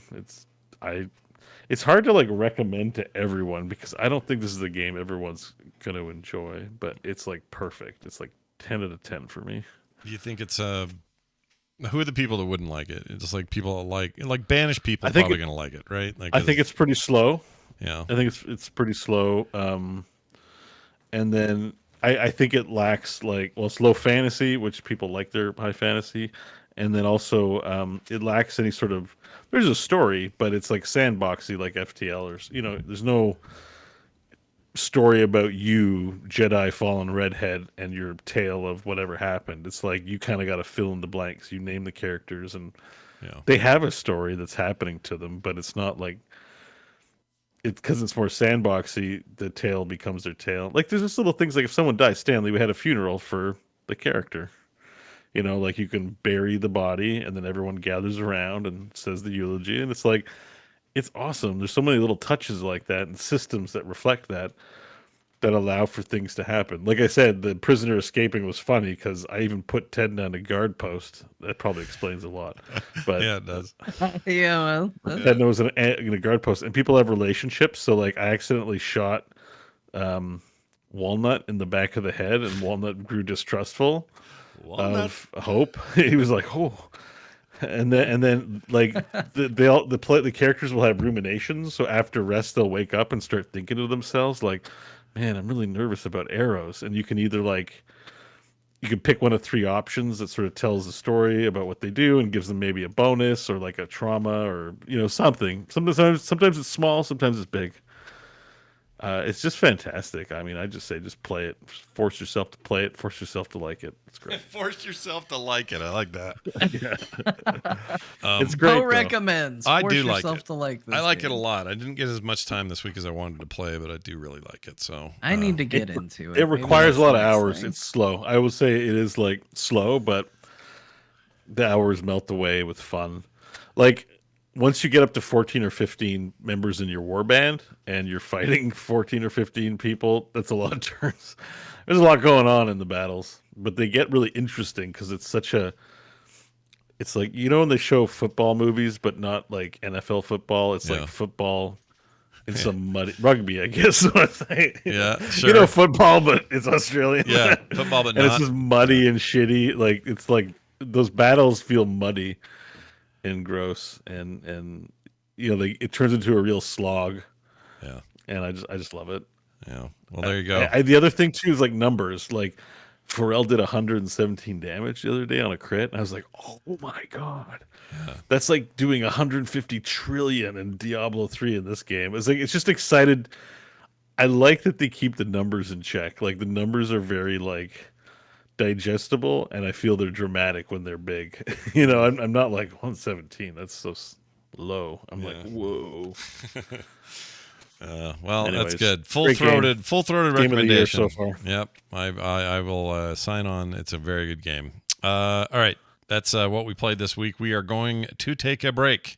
When we come back, dear Martha, some more news, your emails, your texts, all that fun stuff. So stick around. We'll be right back. It's 4K thumbs. Yep, 4K thumbs. You know the ones. John and I are. All right, Bo's back. Let me cut this out. Is his hair wet? Did he have a shower? I don't know. Bo, you're muted, so if you did, we don't hear you. Here, No, I didn't. Oh, I you just didn't. made it look all cool. Oh. Look at me. It does look cool. Look emotional. at you. Yeah, Bo, we're back, and Bo's hair is like a whole new brand of cool. Man, look at that. You haven't suffered the pain that I have. No. Weakling protagonist. I almost, you know what I almost played this week? Because you reminded me of it right there. You reminded me of Vampires and V Rising, and I kind of almost started playing V Rising again. I got in the mood. I'm looking forward to playing that at some point. Yeah. There's an update, I guess. It's not out yet, though, right? No, it's still coming. I thought it was DLC, but that'd be weird because, I don't know. They marketed it a little strange. Yeah, I agree with that. Yeah, it hit that way for sure. Okay. Well, everybody, good news. Here's the good news. The good news is we are, John's going to do Dear Martha. Everyone loves that. It's a favorite here on the show. And so we're going to do that now. John, anything special? Just your normal thing? Yep. Normal Martha. Well, then everyone sit back and enjoy today's Dear Martha here on Core. My dearest Martha, it occurred to me that I had looked at Nintendo Powers, PlayStation magazines, specialty Sega magazines, and even a PC Gamer, but never an Xbox magazine. Honestly, Martha, it causes me a level of concern that keeps me up at night that you might think I have a bias against a particular video game company. So, I think we need to talk about the official Xbox magazine, issue 90 from December of 2008. Looking right at the cover, we see the words, Life After Halo, which, funny enough, is a question I feel like they've been trying to figure out nearly every day of their history as a video game company. Ooh. Zing. Zing. The cover also boasts 27 game reviews, which will always make me interested. So I wanted to see what we were checking out in late 2008. Turns out Fallout 3, the cover game, got a perfect score and was the highest reviewed game of the magazine, followed closely by Fable 2 with a 9.5. One that surprised me, though, was the original Dead Space, got a really rough 6.5. It's interesting to see such a lukewarm take on a game that has now been very lovingly remade. If you're wondering what was at the bottom of the review barrel, though, Monopoly for the Xbox 360 got an amazing 3 out of 10, where the magazine that's life depends on the continued existence of Xbox games said, you'd be better off just going and buying the board game. Wow. I was having a hard time placing this era of gaming at first, though. It's so easy to kind of boil things down to one big thing that makes us all say, oh yeah, I remember then, when talking about a particular time in games. But for most of this magazine, I was struggling to find that. Certainly, it was a time of a lot of sequels. It was the later generation period where games stop being quite so janky and start getting really solid, but none of those are a moment in time maker. A lot of those, in fact, are probably true right now, in fact. But then I got to the part of the magazine where they devote multiple pages to off-brand rock band and guitar hero peripherals. And I remembered, oh yeah, this is then. That moment where we mass-produce products that would go on to be so useless even Goodwill won't take them. But honestly, that's kind of it. This was a great time to be playing games, but there wasn't a ton else to it. The industry was slowly maturing out of the more tasteless and goofy things that made the years prior a lot more fun and a lot more awful. But it was still Wild West enough to where you couldn't set your watch to a game company's business model. I do need to include one ad in particular, though. I will never not find it funny that a prominent ad in an official magazine for an official product is for what to do if your system gets the red ring of death. It's not even an official Microsoft-sanctioned ad. This is a different company getting in on that hot-bricked console action. Anyway, now that we've averted any fear of bias on our part, I will leave you until next week. Yours in time, S. Beckett 08. Wow, it's a lovely ending there. Just for fun, I want to call this number. The Red Ring of Death number? Yeah, just to see what it is. Now. Yeah, do it. Okay. Yeah, let's find out. I'm going to do it. Here we go. By what he calls, I'm glad you sorted out the bias problem that we have on the show. Yeah, I solved it. Yeah, you solved the bias. Okay, here we go. Let's see if I can just paste this in here. I think I can. Yeah. All right, let's give this a shot. Should probably ring. The toll-free number you have dialed is no longer in service. Oh. Please check the number and dial again. How do I get? Microsoft's fault. They fixed the red ring of death. How, Put them out of business. how do I get my red ring of death problem taken care of now? Hi, I have an Xbox 360 and all the lights are red except one, but it's not really a ring, but I guess that doesn't sound very good to say I got 3 red lights. Nope, doesn't work that Please way. fix my console. Please, thank you, and please. All right. I tried putting it in rice. It didn't work. It didn't work? Oh, that's a shame. Hey, how about some other news? Look at this. We got some other stuff. We got to talk real quick about this unrecord or unrecord or I don't know how you're supposed to pronounce it. I assume it's unrecord. Anyway, it's this new Unreal Engine 5.2 game that a lot of people thought was fake. They were like, no, that isn't real. There's no way that's real. Look at this thing. Click that link. Have a look. It's a game. Oh, I saw this. I thought it looked like somebody just reacting to what would be an actual video, like as a meme. Yeah, that's what I thought. Is it intentionally that foggy looking? Yeah, it's supposed to look like bad cop camera or body cam. Oh, they're cleared up for me. Yeah. Oh, you were getting it crunchy. It's supposed to look like a ultra realistic sort of bad camera that like a body cam a cop might have on, and it's some kind of horror game, sneak around, find out what the shit's going on kind of game. I don't know much about the game itself, but visually, I don't even know what to say about this thing. It's insane to me. I think the shaky cam, like they've done something with the camera. Oh, for sure. To make it look like it's not stable. Like when you play an FPS, it's unnaturally stable. This looks like a body cam, right? Yeah. Yeah. It's and nuts. they blur out people's faces, like as if it was being shown on. You know, like if it was a real body cam, you blur people to not be able to identify them, right? Yeah. Like I just saw him take out a guy, and then they blurred his face, and I was like, "Oh, that's a neat touch." Yeah, it's really. I don't know. This looks pretty inspired, actually. Yeah, like, it's wild, absolutely wild to me that this even exists. I want to play it. So this is like an upcoming shooter? Yeah, this is a shooter coming out. It's some kind of single player survival horror thing. You're a cop. God, they should make Half-Life 3 look like this. Oh, I agree. I was sure when I saw this footage, I went, "Oh, this is some YouTuber having some fun. He's making a first-person look." Yeah, that's why I didn't even click on the thumbnail that I saw. I was like, okay, whatever, just more clickbait. Yeah. So I'm pleasantly shocked to see that it's an actual game that it's pretty damn good. Yeah. In terms of it looks like less video gamey than something I might have seen before, but yeah, potentially if even it's a though good the game, garbage lying on the ground looks pretty good. Mm-hmm.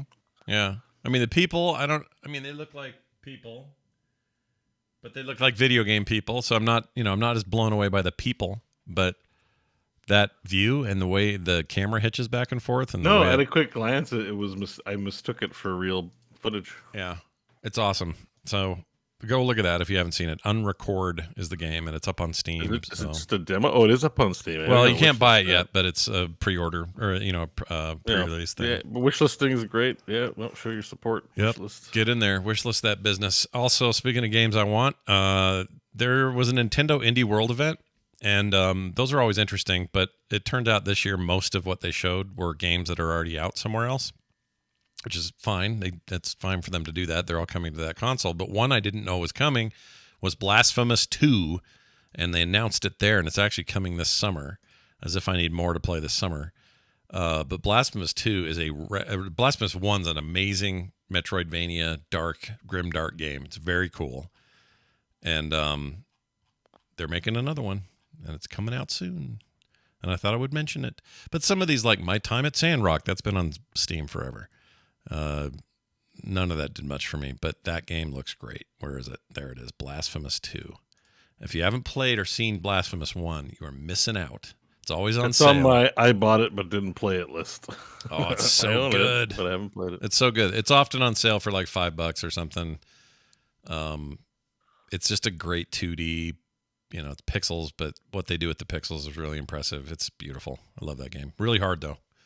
So don't go in thinking it's like Metroid. It's more like hard Castlevania is how I'd describe it. It's also clearly these developers are dealing with some sort of religious damage when they were younger, because this thing is like, hey, all the fears that your Catholic mother put into you, here's a video game of all those.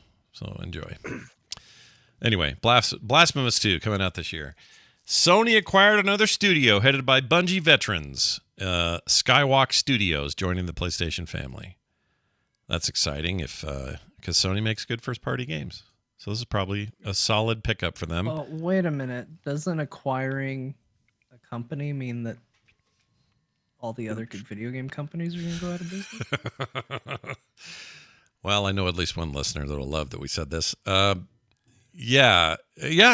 I mean, it's not. That's what Sony told me. Yeah, it's like that's what I heard when them we say. acquire things. It's a humble little studio that in no way advances our portfolio meaningfully, but heaven forbid Microsoft buy Blizzard. I guess it's. They're small. I will say there is a scale difference. Yeah. Jokes aside, there is absolutely a scale difference.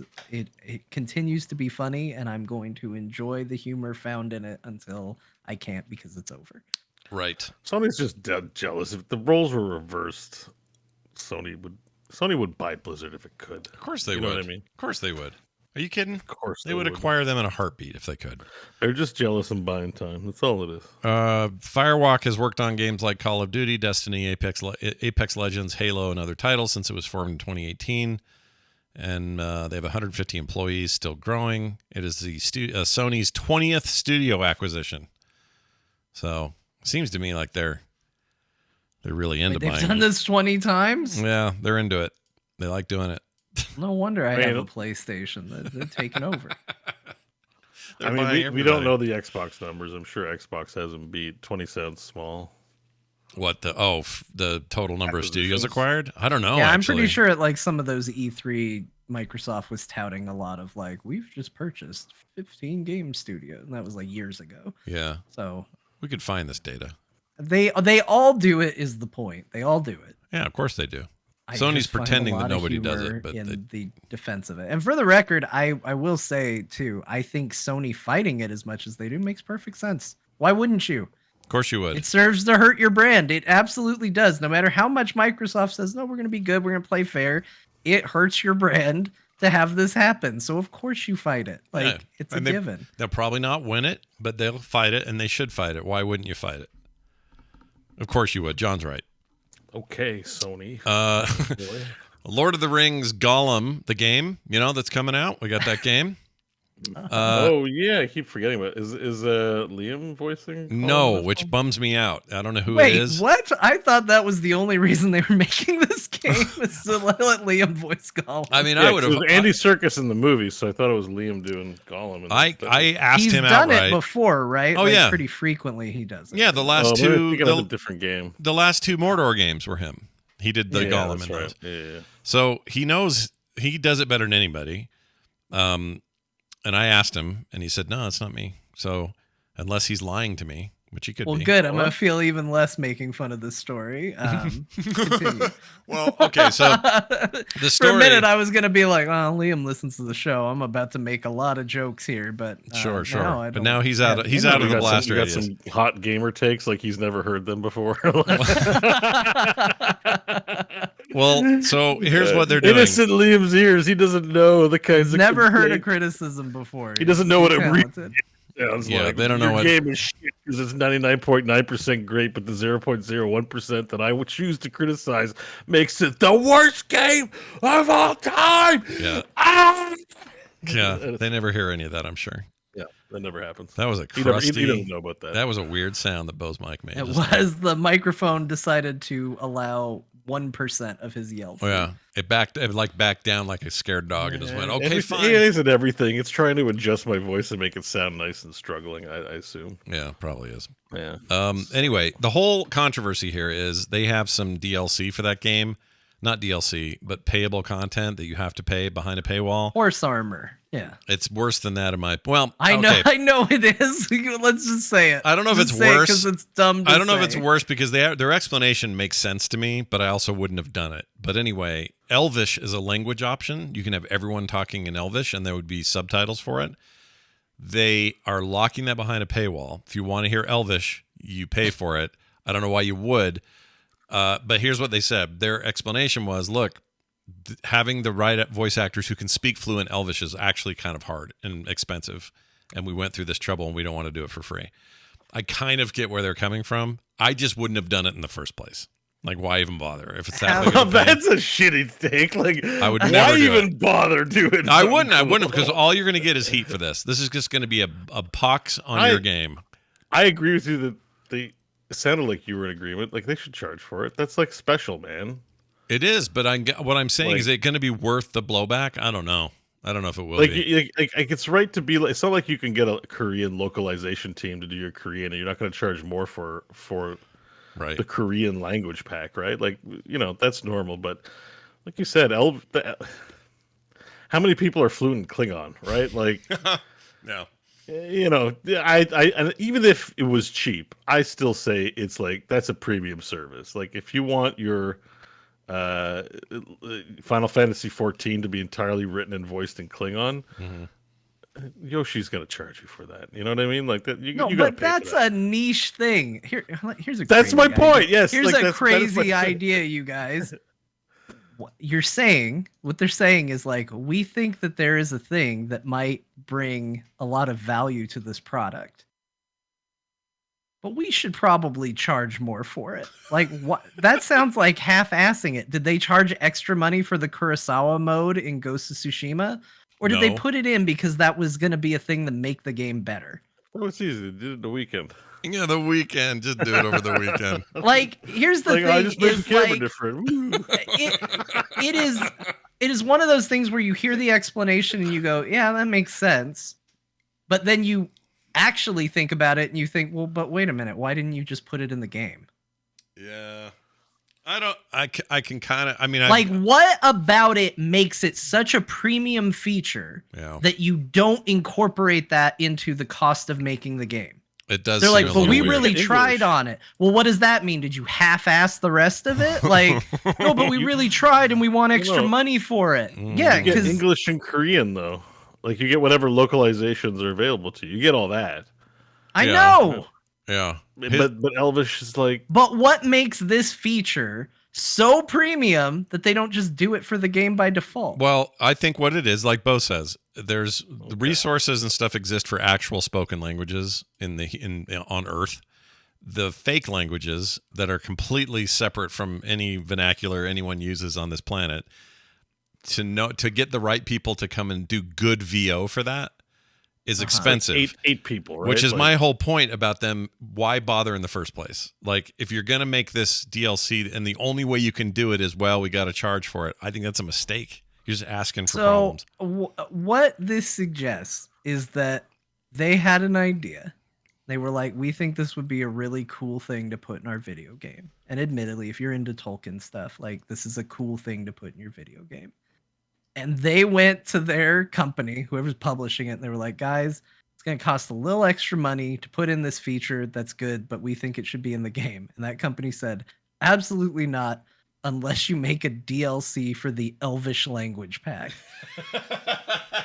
How stupid is that? Again, it makes. I'm not saying that what they're saying has zero logic behind it, but this is laughable. Every time I've read the Elvish language pack for the game, it has made me chuckle. Yeah. It is an incredibly stupid thing. It is as memeable, if not more memeable, than horse armor back in the day. And while there is logic behind it, I kind of think it comes down to, you should have probably just put it in the game. Yeah. And then you could boast about it. But I feel like someone in a business suit somewhere went, well, you're spending this extra money. That's how they sound. Yeah. Boy, let me tell you, for spending this extra money. I can speak in Elvish. There's some Elvish. Why are we paying these people? And that guy, they said, but we really want to do this. And he said, all right, well, you can if you make it a DLC pack. Oh my gosh, that's funny. I don't disagree. I think it's effed up. However, I'm also a little weirded out by the art style in the game, because at a glance, when you pull the camera out, it looks like Peter Jackson style. You zoom in, everyone's a little goofy. He doesn't look like regular Gollum. Looks like he just discovered emo music. And it's weird. It is kind of an emo kid, yeah. And the other, he's got hair, and it looks like he has a bit of hair on his head. Well, it's supposed to be earlier, right? In his degradation. Pulled it all out, I guess. I see. But I like the stealth mechanic of like sneaking around on the ground and on walls and then leaping out and strangling a dude. That looks like fun. I don't know. Maybe this is smart. I have zero interest in this game. If you asked me to make a list of characters from Lord of the Rings that I would want to play as in a video game, Gollum would be below Treebeard. Yeah. So below Treebeard? Below Treebeard. You would not even immediately below Treebeard, like significantly below Treebeard. I would rather play as Gimli? The baby tomato that one king mushed up in his mouth while that guy was singing. Yeah. I'd rather play as that than Gollum. Okay, let me. This is really. I don't disagree, but let's discuss just briefly what the Treebeard game would be. What would you do? What would you do in Tree? Is it would be a Mass Effect style adventure game? Perfect, nailed it. Where you have to travel through the forest and have conversations and form relationships with other Ents in the forest. Perfect. And it would be all voice acted, and you couldn't skip. Yeah, but all conversations would take like many years, right? Because very long. Oh, you get a lot of value out of that game. It would it's like a 5,000-hour campaign or something. I'd like to start a relationship with you, Liara. What's crazy is it's John Rhys Davies as him and Gimli, same actor. I don't know if people know that. Maybe people. I didn't know that. Yeah, no, same cool. dude. That's why his voice is so familiar, but he does talk in a different cadence. Anyway, there's that. What's this thing about people being mad about Gary Bowser owing Nintendo $10 million after serving jail time for jailbreaking Switches? What is this? Yeah, so there was a news article a while back where Nintendo sued the ever living life out of some pirates. Yeah. Who are jailbreaking Switches and selling them, illegal piracy. We're getting the news, and I'm like, it seems like all people are talking about this week is how he's all the articles. It was a common thread and hit the React meta pretty hard too. So there's this team executor. team of hackers getting their wares on or doing illegal things, making money, and they were jailbreaking switches. And anyways, some people like fled. They didn't catch everyone, but they caught this guy whose last name is really Bowser, apparently. Really? There's so many yeah. people around Nintendo named Bowser. Yeah, You got Doug Doug Bowser. Bowser, Yep. Bowser, Yeah. Bowser Jr., and now Gary Bowser. Yep. And so Gary Bowser, ended up taking the fall. He was in jail for, was it 60 months? I don't know, some amount of months that was 2 digits and probably higher than 20. Maybe not. I don't know. He was in there for a while because I think it was only a few years ago that this came out. This news article came out. But what people are kind of mad at Nintendo about over this, because you're like, well, he went to jail. Punishment, crime and punishment, blah, blah, blah. But he owes them $10 million still. Jeez. So even though he's out of jail, Nintendo's going to be garnishing this guy's wages by 20 to 30% was the limit for basically the rest of his life. Wow. And it's kind of on this thread of Nintendo being super litigious, like taking down YouTube videos, messing with creators, being like absolutely draconian in the creator space, unlike most other gaming companies.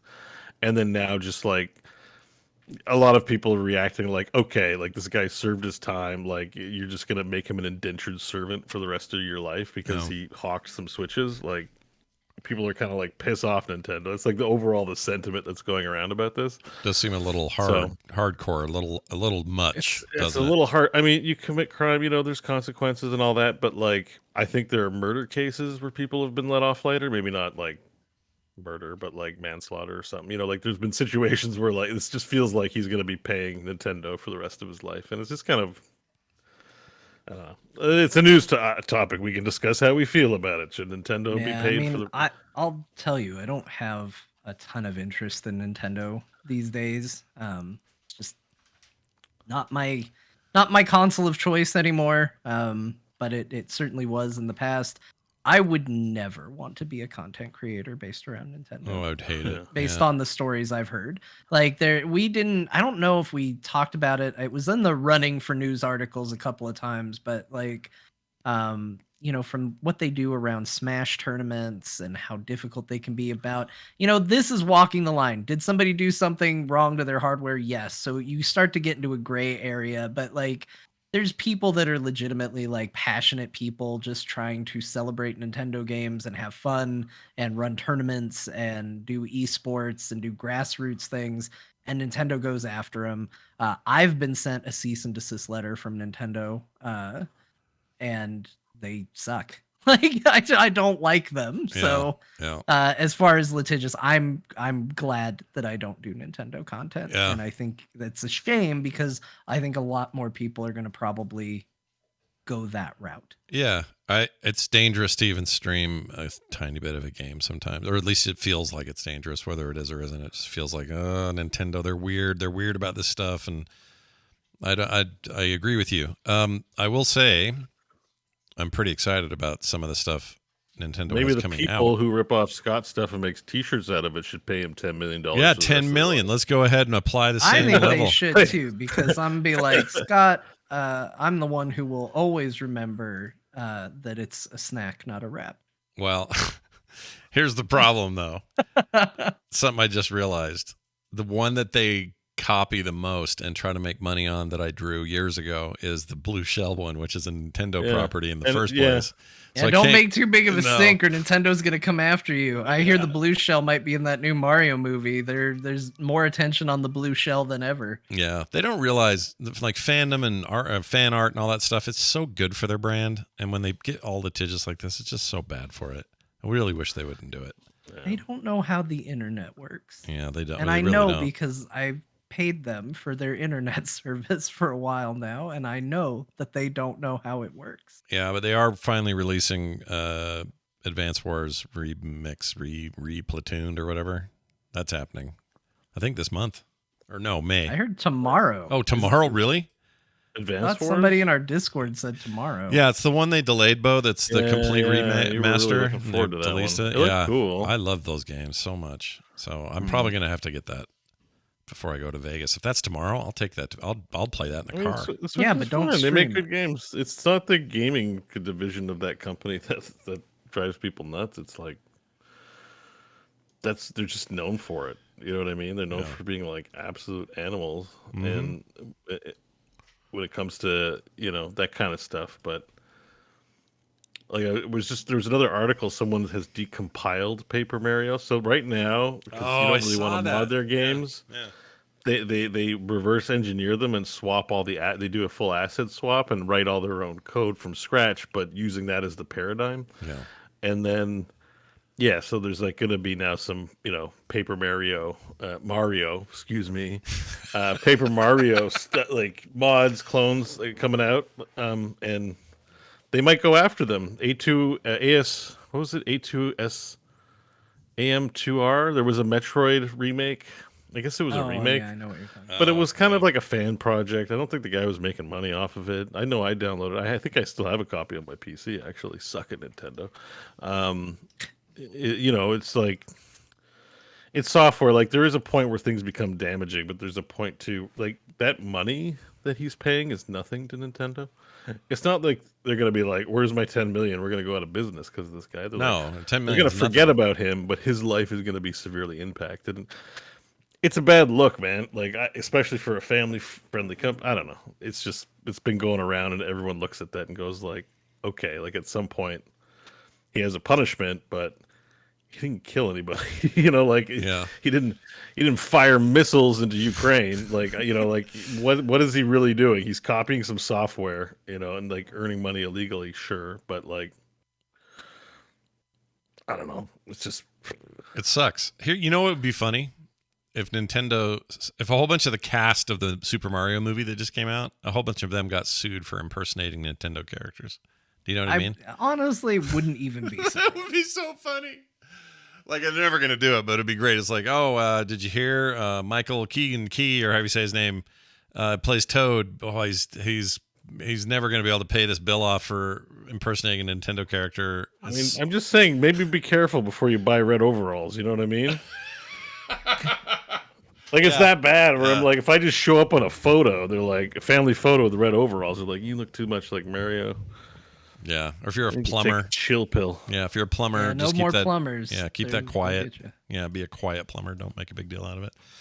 All right. Anyway, it's been making the rounds. I mean, I don't, he did break the law, and it was an illegal thing. So you kind of make your bed, you sleep in it. But it's Yeah, but very- they do this to people that don't really break the law either. Like, Yeah, they go after everybody. It's they the go after copyright everybody. thing. We always live in that nether space. We don't talk about it as much nowadays because I don't even know why. I guess there's just more consequences, more people online. But Napster, the main draw of the internet back in the day was Napster. Mm-hmm. Like it's sailing the high seas. It's kind of synonymous with the internet, and we want to be respectful about IP while also, understanding that stuff's meant to be shared. Right, but we should also learn the right lesson from Napster, which was Napster didn't go away because people got overly litigious. Napster went away because people found a better way to convince people not to pirate. Yeah, yeah. Same with movies. Oh, I Netflix, left everything because of LimeWire. I thought. You Well, left same for thing with LimeWire. LimeWire. Does It doesn't not matter. specifically Napster, Oh, but sorry. LimeWire, whatever All you of 'em. went to after Everything, that. Like yeah. piracy is always going to exist, but in general, it isn't as big of a problem because some better solutions were found for people to have those Yeah, of barriers course. between them and music. How many switches did he jailbreak? Do we know that? I don't know. I think the number that Chat's he might also have made saying was- he I was don't know. only unlocking firmware. He wasn't pirating anything. Okay, so yeah, because he was just jailbreaking. So if he was jailbreaking phones, or sorry, that's usually what you do, jailbreaking switches. If They're just how many? modifying hardware? I guess I'm trying to understand how they came to 10 million. That just seems crazy to me. Unless it was every switch ever made or something crazy like that, Yeah. No, I think he was the fall guy. I think there was a number of people in there, and he actually wasn't even a main guy. Yeah. Yeah, and it could be like I'm light on the details. I know I've watched a couple of videos on it, and it's been going around.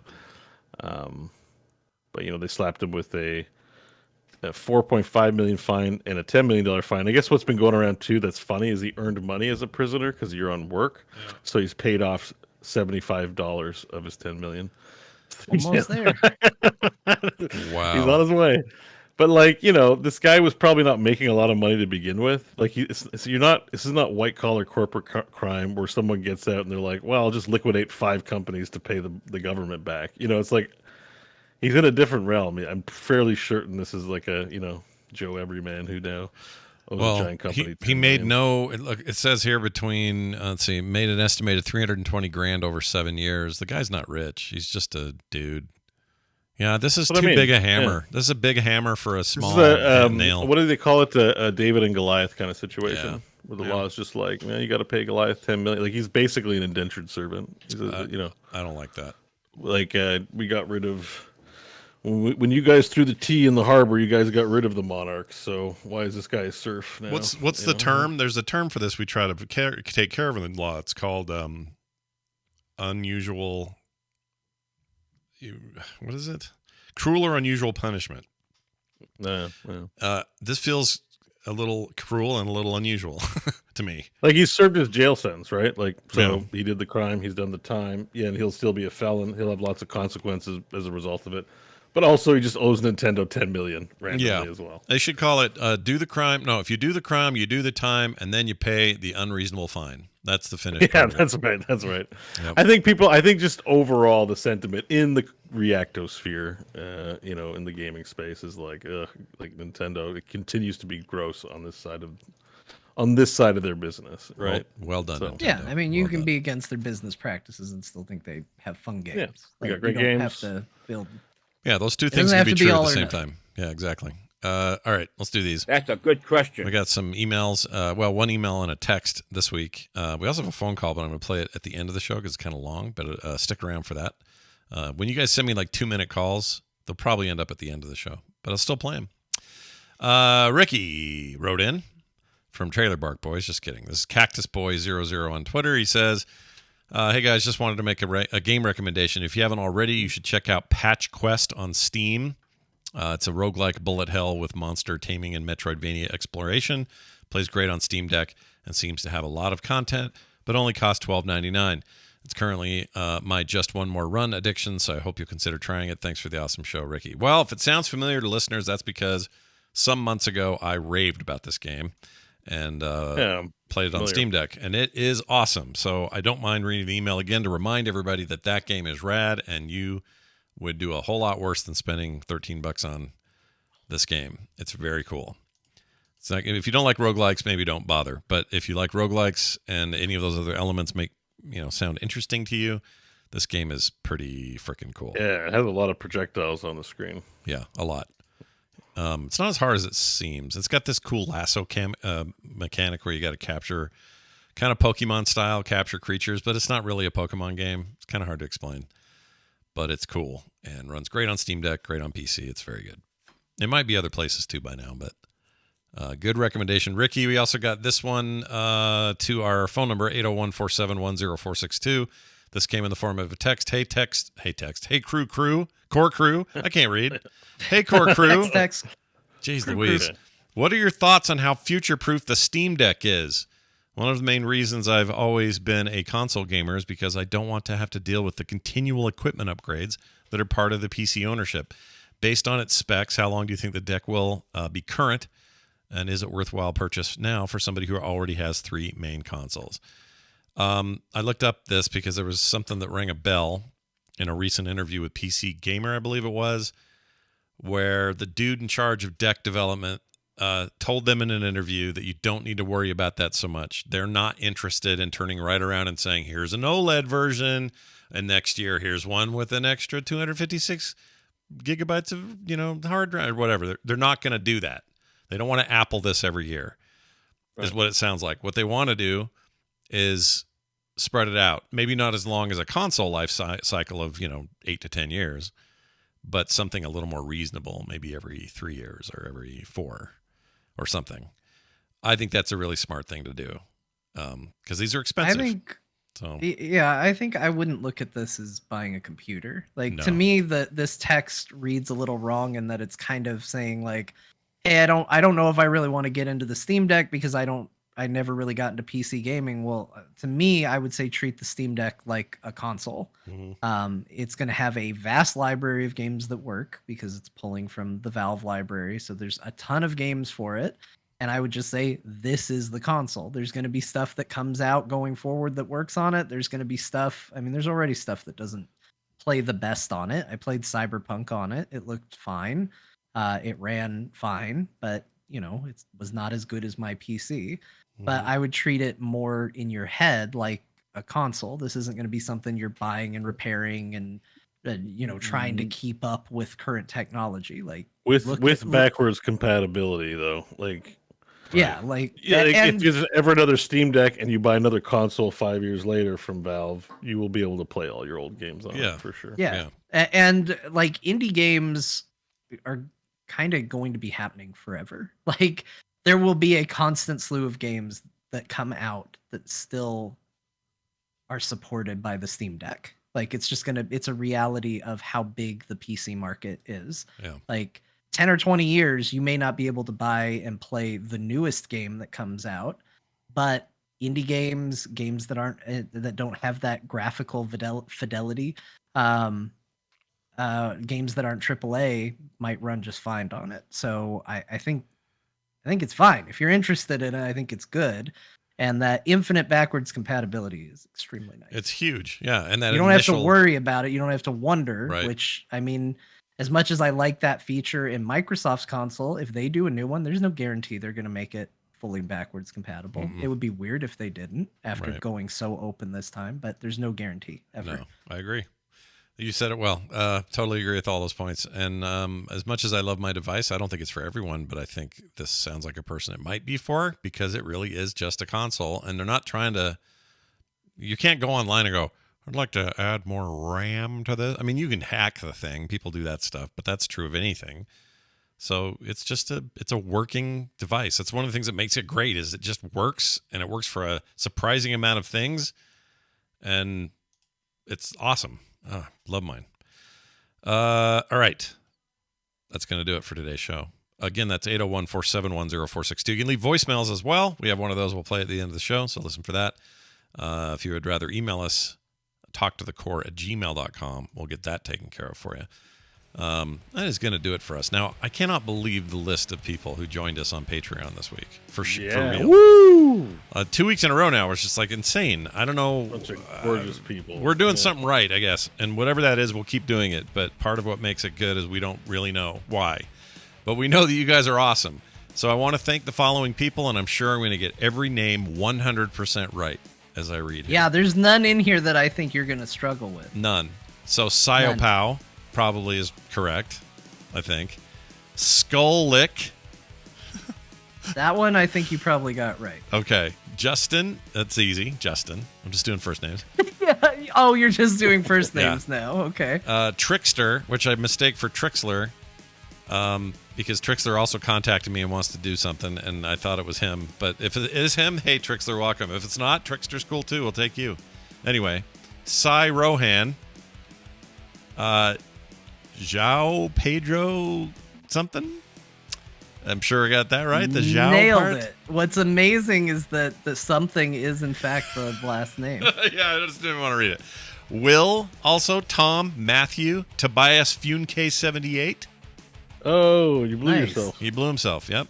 Dozens of them. Well, it's time for a new start, friend. Yep. Joshua Mann. Oh, I did a last name. Well, anyway. Michael V. Bajorge. Did two Because of it was them. man. George. Yeah, You're like, Bajorge. got this one. I got it. Slugger with a 3 at the end there instead of an E. Mark Gale. Statue. Statue's cool. I like that. It's like statue, but not. One of my favorite Pokemon.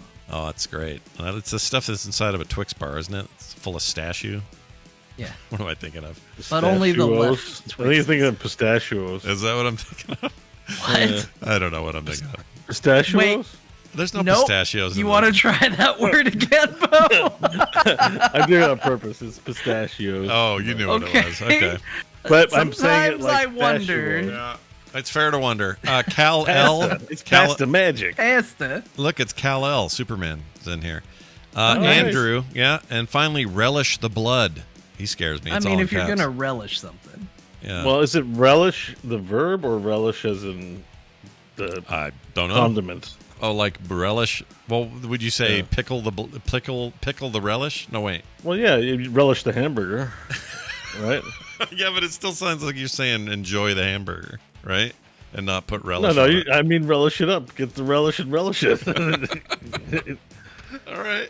English is John, weird. help. Yeah. No, I mean, it's fine. I think it's like you guys remember that Fatboy Slim song "Praise You"? Yeah, it's I like like that song. But it's like relish you about blood. Wait, is that?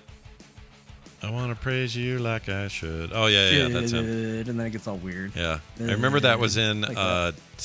NHL 2008's credits music, or menu music. They used that. They licensed that, and it kind of ruined it because every time I played hockey, you heard that song, and it kind of ruined it.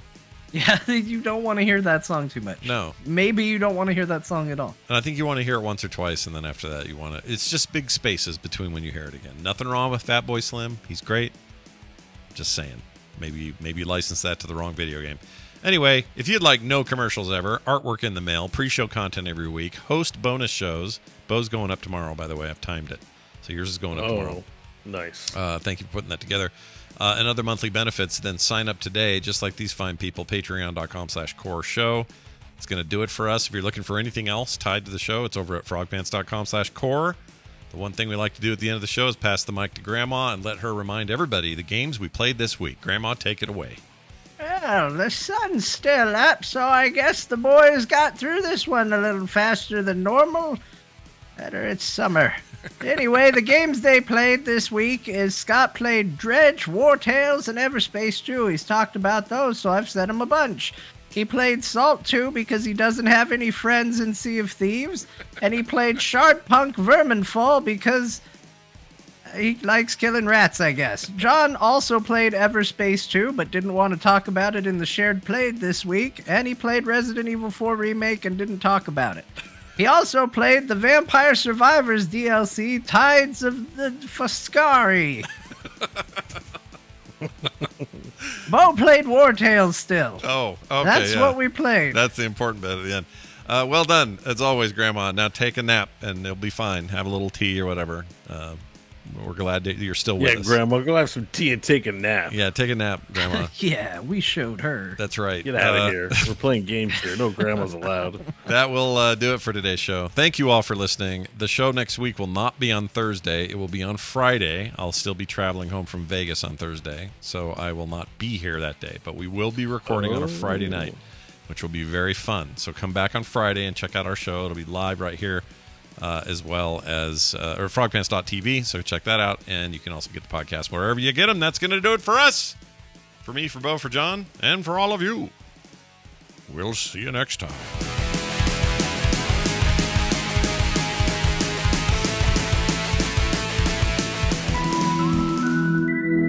If you like what you just heard, there's a very good chance you will like all the shows on the Frog Pants Network.